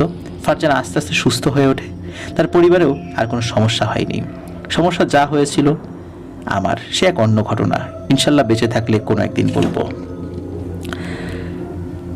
প্রিয় লিসেনার্স, কেমন লাগলো ঘটনাটি? কাফরিয়ানকে কিন্তু ধরে নেওয়া হলো, তার সাথে কি হিসাব নিকাশ হয়েছিল সেটা আমরা এখনো জানতে পারিনি। অবশ্যই তার পরিণতি কি হয়েছিল আপনারা বুঝতে পারছেন। অসংখ্য জিনকে নির্বিচারে, বিভিন্ন ধর্মের জিনকে তার নিজের প্রয়োজন মতো বলি দিয়েছে। ঠিক যেমন কিছু নরপিশাচরা মানুষকে বলি দেয়, ঠিক ভেলাত কাফরিয়ান ও জিনদেরকেও বলি দিয়েছে, মানুষদেরকেও তার কাজ চরিতার্থ করার জন্য ব্যবহার করেছে, হত্যা করেছে। এই কারণে জিন সম্প্রদায়ও তাকে খুঁজছিল, আর এরা সবাই ছিল শয়তানের অনুসারী। উল্টো ত্রিভুজ এটি কিন্তু জাদুবিদ্যার একটি চিহ্ন। অনেক সময় মানুষরাও এটা ব্যবহার করে, আপনারা দেখবেন যে ইলুমিনাতিতে এটাও ব্যবহৃত হয়। প্রিয় লিসেনার্স, দীর্ঘ একটি ঘটনা ছিল, আসলে দীর্ঘ। আমার বলা ভেলাত কাফরিয়ানের ঘটনাটিও আমার মনে হচ্ছে যে এখন পর্যন্ত যতগুলো বড় ঘটনা বলেছি, দিলুমিয়ার ঘটনা, তারপরে অতল পানির বিভীষিকা, এসবগুলো থেকে এই ঘটনাটি বড়ই বলতে হবে আমার কাছে মনে হচ্ছে আর কি। প্রিয় লিসেনার্স, আজকে বিদায় নিতে চাচ্ছি। আশা করছি ঘটনাটি আপনাদের সকলের কাছে ভালো লেগেছে। তবে একটি কথা আমার বলতেই হবে, সেটি হলো যে মহান আল্লাহ সুবহানাহু ওয়া তাআলা, তার প্রতি অগাধ বিশ্বাস, যে যেই ধর্মেরই হোক না কেন, সৃষ্টিকর্তার প্রতি অগাধ বিশ্বাসই পারে এই ধরনের খারাপ জিনিসগুলো থেকে আমাদেরকে হেফাজত করতে। আর সবসময় সতর্ক থাকতে হবে, সতর্ক থাকতে হবে আমাদেরকে। হুটহাট করে কোনো মানুষকে আমরা অনেক সময় বিশ্বাস করে ফেলি। বিশ্বাস করাটা খারাপ কিছু নয়, কিন্তু তিনি যদি কোনো সন্দেহজনক ব্যক্তি হন, তাহলে তার দেওয়া অনেক কিছুই কিন্তু আর খাওয়া যাবে না। এটাও কিন্তু প্রিয় লিসেনার্স আমরা মাথায় রাখব। আর এই যে ঘটনা পড়লাম, এর মধ্যে কিন্তু অনেকগুলো শিক্ষণীয় ব্যাপার রয়েছে। আপনারা পুরো ঘটনা শুনলে শিক্ষণীয় ব্যাপারগুলো ধরতে পারবেন। আমার কাছে এই ঘটনার মধ্যে বেশ কয়েকটি জায়গা খুব কষ্টদায়ক মনে হয়েছে। বিশেষ করে একটি বার্তাবাহক জিন, সে যখন এই কাফরিয়ানদের হাতে বন্দী হয়ে গেল, নিষ্ঠুরভাবে তাকে হত্যা করা হলো। এরপরে আরও জিন, কাফরিয়ানের অনুগত সেই আলখেল্লা পরা পিশাচগুলোর সাথে যুদ্ধ করতে গিয়ে বেশ কিছু জিন শহীদ হলেন। মানুষের উপকারের জন্য এরকম জিন অসংখ্য হয়তোবা পৃথিবীর বিভিন্ন প্রান্তে মারা যাচ্ছেন। তাদের খোঁজ খবর মানুষ আমরা কেউ জানি না, জানার হয়তোবা প্রয়োজনও বোধ করি না। আমরা শুধু মানুষের খবরগুলোই জানি, আর তাদের খবরগুলো জানার কথাও নয় আমাদের, সেটা আমাদের পক্ষে সম্ভব নয়। তবে এতটুকু তো সম্ভব, আমরা যখন সমগ্র বিশ্ববাসীর জন্য দোয়া করি, সেই সাথে আমরা বলবো যে পৃথিবীর সকল জিন এবং ইনসান উভয়ের জন্য দোয়া করব। এতটুকু তো আমাদের সাধ্যের মধ্যে আছে, তাই না? এতটুকু ইনশাল্লাহ আমরা করার চেষ্টা করব। প্রিয় লিসেনার্স, ইনশাল্লাহ আগামীকাল সৌমিত্র রয়ের পাঠানো একটি দীর্ঘ ঘটনা, দ্য লর্ড অফ ডার্কনেস, এটি নিয়ে রাত 10:59 হাজির হচ্ছি। আর অসংখ্য ধন্যবাদ জানাচ্ছি সুফিয়ান হুজুরকে, যিনি এই ঘটনা জুবাইর ইসলাম ভাইকে দিয়েছেন। আর জুবাইর ইসলাম ভাইকেও আরও বেশি বেশি ধন্যবাদ জানাচ্ছি। তিনি এত বড় একটি ঘটনা উনি লিখে পাঠিয়েছেন দীর্ঘ সময় নিয়ে। আসলে অনেক সময় লেগেছে এত বড় একটি ঘটনা ওনার লিখতে। আর এটা লিখতে গিয়ে উনি কিন্তু বেশ কয়েকবার সমস্যা হয়ে পড়েছিলেন। যেমন উনি প্রথমবার লেখা শেষ করার পর, অর্ধেকেরও বেশি লেখা শেষ করার পর ওনার মেইল স্প্যামের আক্রমণে ক্র্যাশ করে। পরবর্তীতে মেইলটা আবার রিওপেন করে দেখেন ওখানে কোনো মেইল নেই। তারপরে বেশ কয়েকবার মুসিবতের মধ্যে পড়েছেন। শেষ দিকে সেই ঘটনাটি পুরোপুরি শেষ করতে পেরেছেন। আর এই ঘটনাটি লেখার সময় ওনার স্ত্রী একটি ঘটনা বলেছে, যেটি কিন্তু আমরা ঠিক এই 71 নং এপিসোডের প্রথম ঘটনায় আমরা বলেছি একটি স্কুলের ঘটনা। মূলত এই ঘটনাটি লেখার সময় ওনার স্ত্রী এই ঘটনাটি ওনাকে বলেছিলেন। প্রিয় লিসেনার্স, আজকে বিদায় নিচ্ছি। আমার জন্য দোয়া করবেন, আমার পরিবারের জন্য দোয়া করবেন, আপনাদের জন্য দোয়া রইল, আপনাদের পরিবারের সকলের জন্য দোয়া রইল। মহান আল্লাহ সুবহানাহু ওয়া তাআলা আমাদেরকে ভালো রাখুন, সুস্থ রাখুন, নিরাপদে রাখুন, আপনার দ্য হোল ওয়ার্ল্ডের সাথে রাখুন। আসসালামু আলাইকুম। প্রিয় লিসেনার্স, আসসালামু আলাইকুম। ফ্রাইডে স্পেশাল এপিসোডে সকলকে স্বাগত জানাচ্ছি। আশা করি সবাই